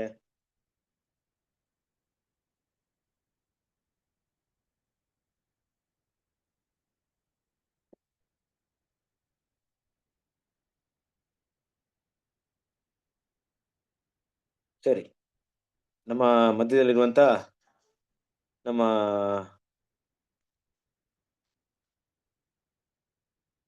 Ravi brother ಪ್ರಾರ್ಥನೆ ಮಾಡ್ತೀರಾ? ಓಕೆ ಬ್ರದರ್, ಮಾಡ್ತೀನಿ. ಪ್ರಾರ್ಥನೆ ಮಾಡಿಕೊಳ್ಳೋಣ. ಪರಿಶುದ್ಧರು ಪರಿಶುದ್ಧರು ಪರಿಶುದ್ಧರು, ಮಹೋನ್ನತರು, ಸರ್ವಶಕ್ತರು, ಅಗಮ್ಯವಾದ ಬೆಳಕಿನಲ್ಲಿ ವಾಸ ಮಾಡುವಂತ ನಮ್ಮ ಪ್ರೀತಿಯುಳ್ಳ ಪರಲೋಕದ ತಂದೆ ಯೆಹೋವ ದೇವರೇ, ಅಪ್ಪ, ನಿಮ್ಮ ಪರಿಶುದ್ಧವಾದ ನಾಮಕ್ಕೆ ನಾವೆಲ್ಲರೂ ಕೂಡ ಕೃತಜ್ಞತೆಯ ಸ್ತೋತ್ರ ಸಲ್ಲಿಸುವರಾಗಿದ್ದೇವೆ. ತಂದೆ ಆದ ದೇವರೇ, ಮತ್ತೊಂದು ವಾರ್ತೆ ನಮ್ಮೆಲ್ಲರೂ ಕೂಡ ಇದನ್ನು ನೆನಪು ಮಾಡಿಕೊಂಡು ನಿಮ್ಮ ಪರಿಶುದ್ಧ ಸಾನ್ನಿಧ್ಯದಲ್ಲಿ ಸಂಜೆಯ ಹೊತ್ತಲ್ಲಿ ನಾವೆಲ್ಲರೂ ಕುಳಿತು ನಿಮ್ಮ ಪರಿಶುದ್ಧ ವಾಕ್ಯಗಳನ್ನು ಕೇಳಿಸಿಕೊಳ್ಳುವಂಥ ನಿಮ್ಮ ಮಹಾಕೃಪೆಯನ್ನು ನಮ್ಮೆಲ್ಲರಿಗೂ ಅನುಗ್ರಹಿಸಿದ್ದೀರಿ. ತಂದೆ ಆದೇವರೇ, ಅದಕ್ಕಾಗಿ ನಿಮಗೆ ಕೃತಜ್ಞತೆ ಸಲ್ಲಿಸುವರಾಗಿದ್ದೇವೆ. ತಂದೆ ಆದೇವರೇ, ಕಳೆದ ವರ್ಷವೆಲ್ಲ ನಮ್ಮನ್ನು ಕಾದು ಕಾಪಾಡಿ ಈ ವರ್ಷವೂ ಕೂಡ ಈ ಜನವರಿ ತಿಂಗಳಲ್ಲಿ ಅಪ್ಪ ತಂದೆ ಆದೇವರೇ, ನಿನ್ನ ರಾಜ್ಯವು ಬರಲಿ ಎಂಬುದು ವಿಷಯವಾಗಿ ಸಹೋದರ ಮುಖಾಂತರವಾಗಿ ಮಾತನಾಡುವಂಥ ಕೃಪೆಯನ್ನು ಕೂಡ ಅವರಿಗೆ ಅನುಗ್ರಹಿಸಿದ್ದೀರಿ. ಅದು ಮಾತ್ರವಲ್ಲದೆ ನಿಮ್ಮ ಪವಿತ್ರಾತ್ಮನ ಶಕ್ತಿಯನ್ನು ಕೊಟ್ಟು ನಡೆಸಿದ್ದೀರಿ ಅಪ್ಪ. ಕೇಳುವಂಥ ಒಂದು ಪವಿತ್ರ ಶಕ್ತಿಯನ್ನು ಕೂಡ ನಮ್ಮೆಲ್ಲರಿಗೂ ಕೂಡ ಕೊಟ್ಟು ನಡೆಸಿದ್ದೀರಿ ದೇವರೇ. ಅದಕ್ಕಾಗಿ ನಿಮಗೆ ಕೃತಜ್ಞತೆ ಸಲ್ಲಿಸುವರಾಗಿದ್ದೇವೆ. ತಂದೆ ದೇವರೇ, ಈ ವರ್ಷದಲ್ಲಿ ಇನ್ನೂ ಹೆಚ್ಚಾದ ನಿಮ್ಮ ಸತ್ಯಗಳನ್ನು ಕಲೀಲಿಕ್ಕೆ ನಾವು ಕೂಡ ನಿಮ್ಮ ರಾಜ್ಯದಲ್ಲಿ ಅಪ್ಪ ಚಿಕ್ಕ ಹಿಂಡಾಗಿ ಸೇರುವಂತೆ ನಮ್ಮೆಲ್ಲರಿಗೂ ಕೂಡ ನಿಮ್ಮ ಕೃಪೆಯನ್ನು ಅನುಗ್ರಹಿಸ್ರಿ ಅಪ್ಪ. ಅನೇಕ ವಿಷಯಗಳಲ್ಲಿ ನಾವು ಬಲಹೀನರಾಗಿದ್ದೇವೆ ತಂದೆಯೇ ಅಪ್ಪ. ಈ ವರ್ಷದಲ್ಲಿ ಅಪ್ಪ ನಾವು ಬಲವಂತರಾಗಿ ನಿಮ್ಮ ಒಬ್ಬನೇ ಮಗನಾಗಿರುವಂಥ ಯೇಸು ಕ್ರಿಸ್ತನ ಹೆಜ್ಜೆಜಾಡಿನಲ್ಲಿ ನಡೆದು ಅಪ್ಪ ನಿಮ್ಮ ಪರಲೋಕದ ಕಡೆಗೆ ನಾವು ನಡೆಯುವಂತೆ ನಮ್ಮೆಲ್ಲರೂ ಕೂಡ ಬಲವನ್ನು ಅನುಗ್ರಹಿಸ್ರಿ. ಮುಂದಿನ ದಿನಗಳಲ್ಲಿ ಇನ್ನು ಹೆಚ್ಚಾದ ರೀತಿಯಲ್ಲಿ ಸತ್ಯದಲ್ಲಿ ನಡೆಸ್ರಿ ಎಂಬುದನ್ನು ಬೇಡಿಕೊಳ್ಳುತ್ತಾ ಈ ಚಿಕ್ಕ ಪ್ರಾರ್ಥನೆಯನ್ನು ನಿಮ್ಮ ಪ್ರೀತಿಯ ಒಬ್ಬನೇ ಮಗನು, ನಮ್ಮೆಲ್ಲರ ಕರ್ತನು, ನಮ್ಮೆಲ್ಲರ ರಕ್ಷಕನು, ಒಡೆಯನು, ವಿಮೋಚಕನು ಆಗಿರುವ ನಜರೇತಿನ ಯೇಸು ಕ್ರಿಸ್ತನ ಪರಿಶುದ್ಧವಾದ ನಾಮದಲ್ಲಿ ಪ್ರಾರ್ಥಿಸಿ ಬೇಡಿ ಹೊಂದಿಕೊಂಡಿದ್ದೇವೆ ನಮ್ಮ ಪರಲೋಕದ ತಂದೆಯೇ, amen. Thank you brother. Thank you brother. ಎಲ್ಲ ಬ್ರದರ್ಸ್ ಅಂಡ್ ಸಿಸ್ಟರ್ಸ್ಗೆ ನಮಸ್ಕಾರ. ನಮಸ್ತೆ. ದೇವರ ನಿಮ್ಮನ್ನ God bless you all. ನಮಸ್ತೆ. ಎಲ್ಲರಿಗೂ ನಮಸ್ತೆ. ದೇವ್ರ ನಿಮ್ಮನ್ನ ಆಶೀರ್ವದಿಸಲಿ. ಎಲ್ಲಾರ್ಗೆ ನಮಸ್ತೆ ರೀ. ನಮಸ್ತೆ. ನಮಸ್ತೆ ಬ್ರದರ್. ಏನ್ ಬ್ರದರ್? ನಮಸ್ತೆ. ಗೌರಮ್ಮ ಸಿಸ್ಟರ್ ಎಲ್ಲಾರ್ಗೆ ನಮಸ್ತೆ. ಎಲ್ಲಾ ಬ್ರದರ್ ಸಿಸ್ಟರ್ಗೆ ನಮಸ್ತೆ. ನಮಸ್ತೆ. ನಮಸ್ತೆ. Thank you. ನಮಸ್ತೆ ರೀ. God bless you all. ನಮಸ್ತೆ ಬ್ರದರ್, ಎಲ್ಲರಿಗೂ ನಮಸ್ತೆ. ನಮಸ್ತೆ. Thank you. ನಮಸ್ತೆ. ಎಲ್ಲರಿಗೂ ನಮಸ್ತೆ. Good night. ಗುಡ್ ನೈಟ್ ಲವ ಬ್ರದರ್ ನಮಸ್ತೆ. Brother. Good night. Good night. Good night. Good night. Bye. Brother. Good night. Good night. Bye. Mohan Raj brother bye. Good night. Take care. ಬಾಯ್.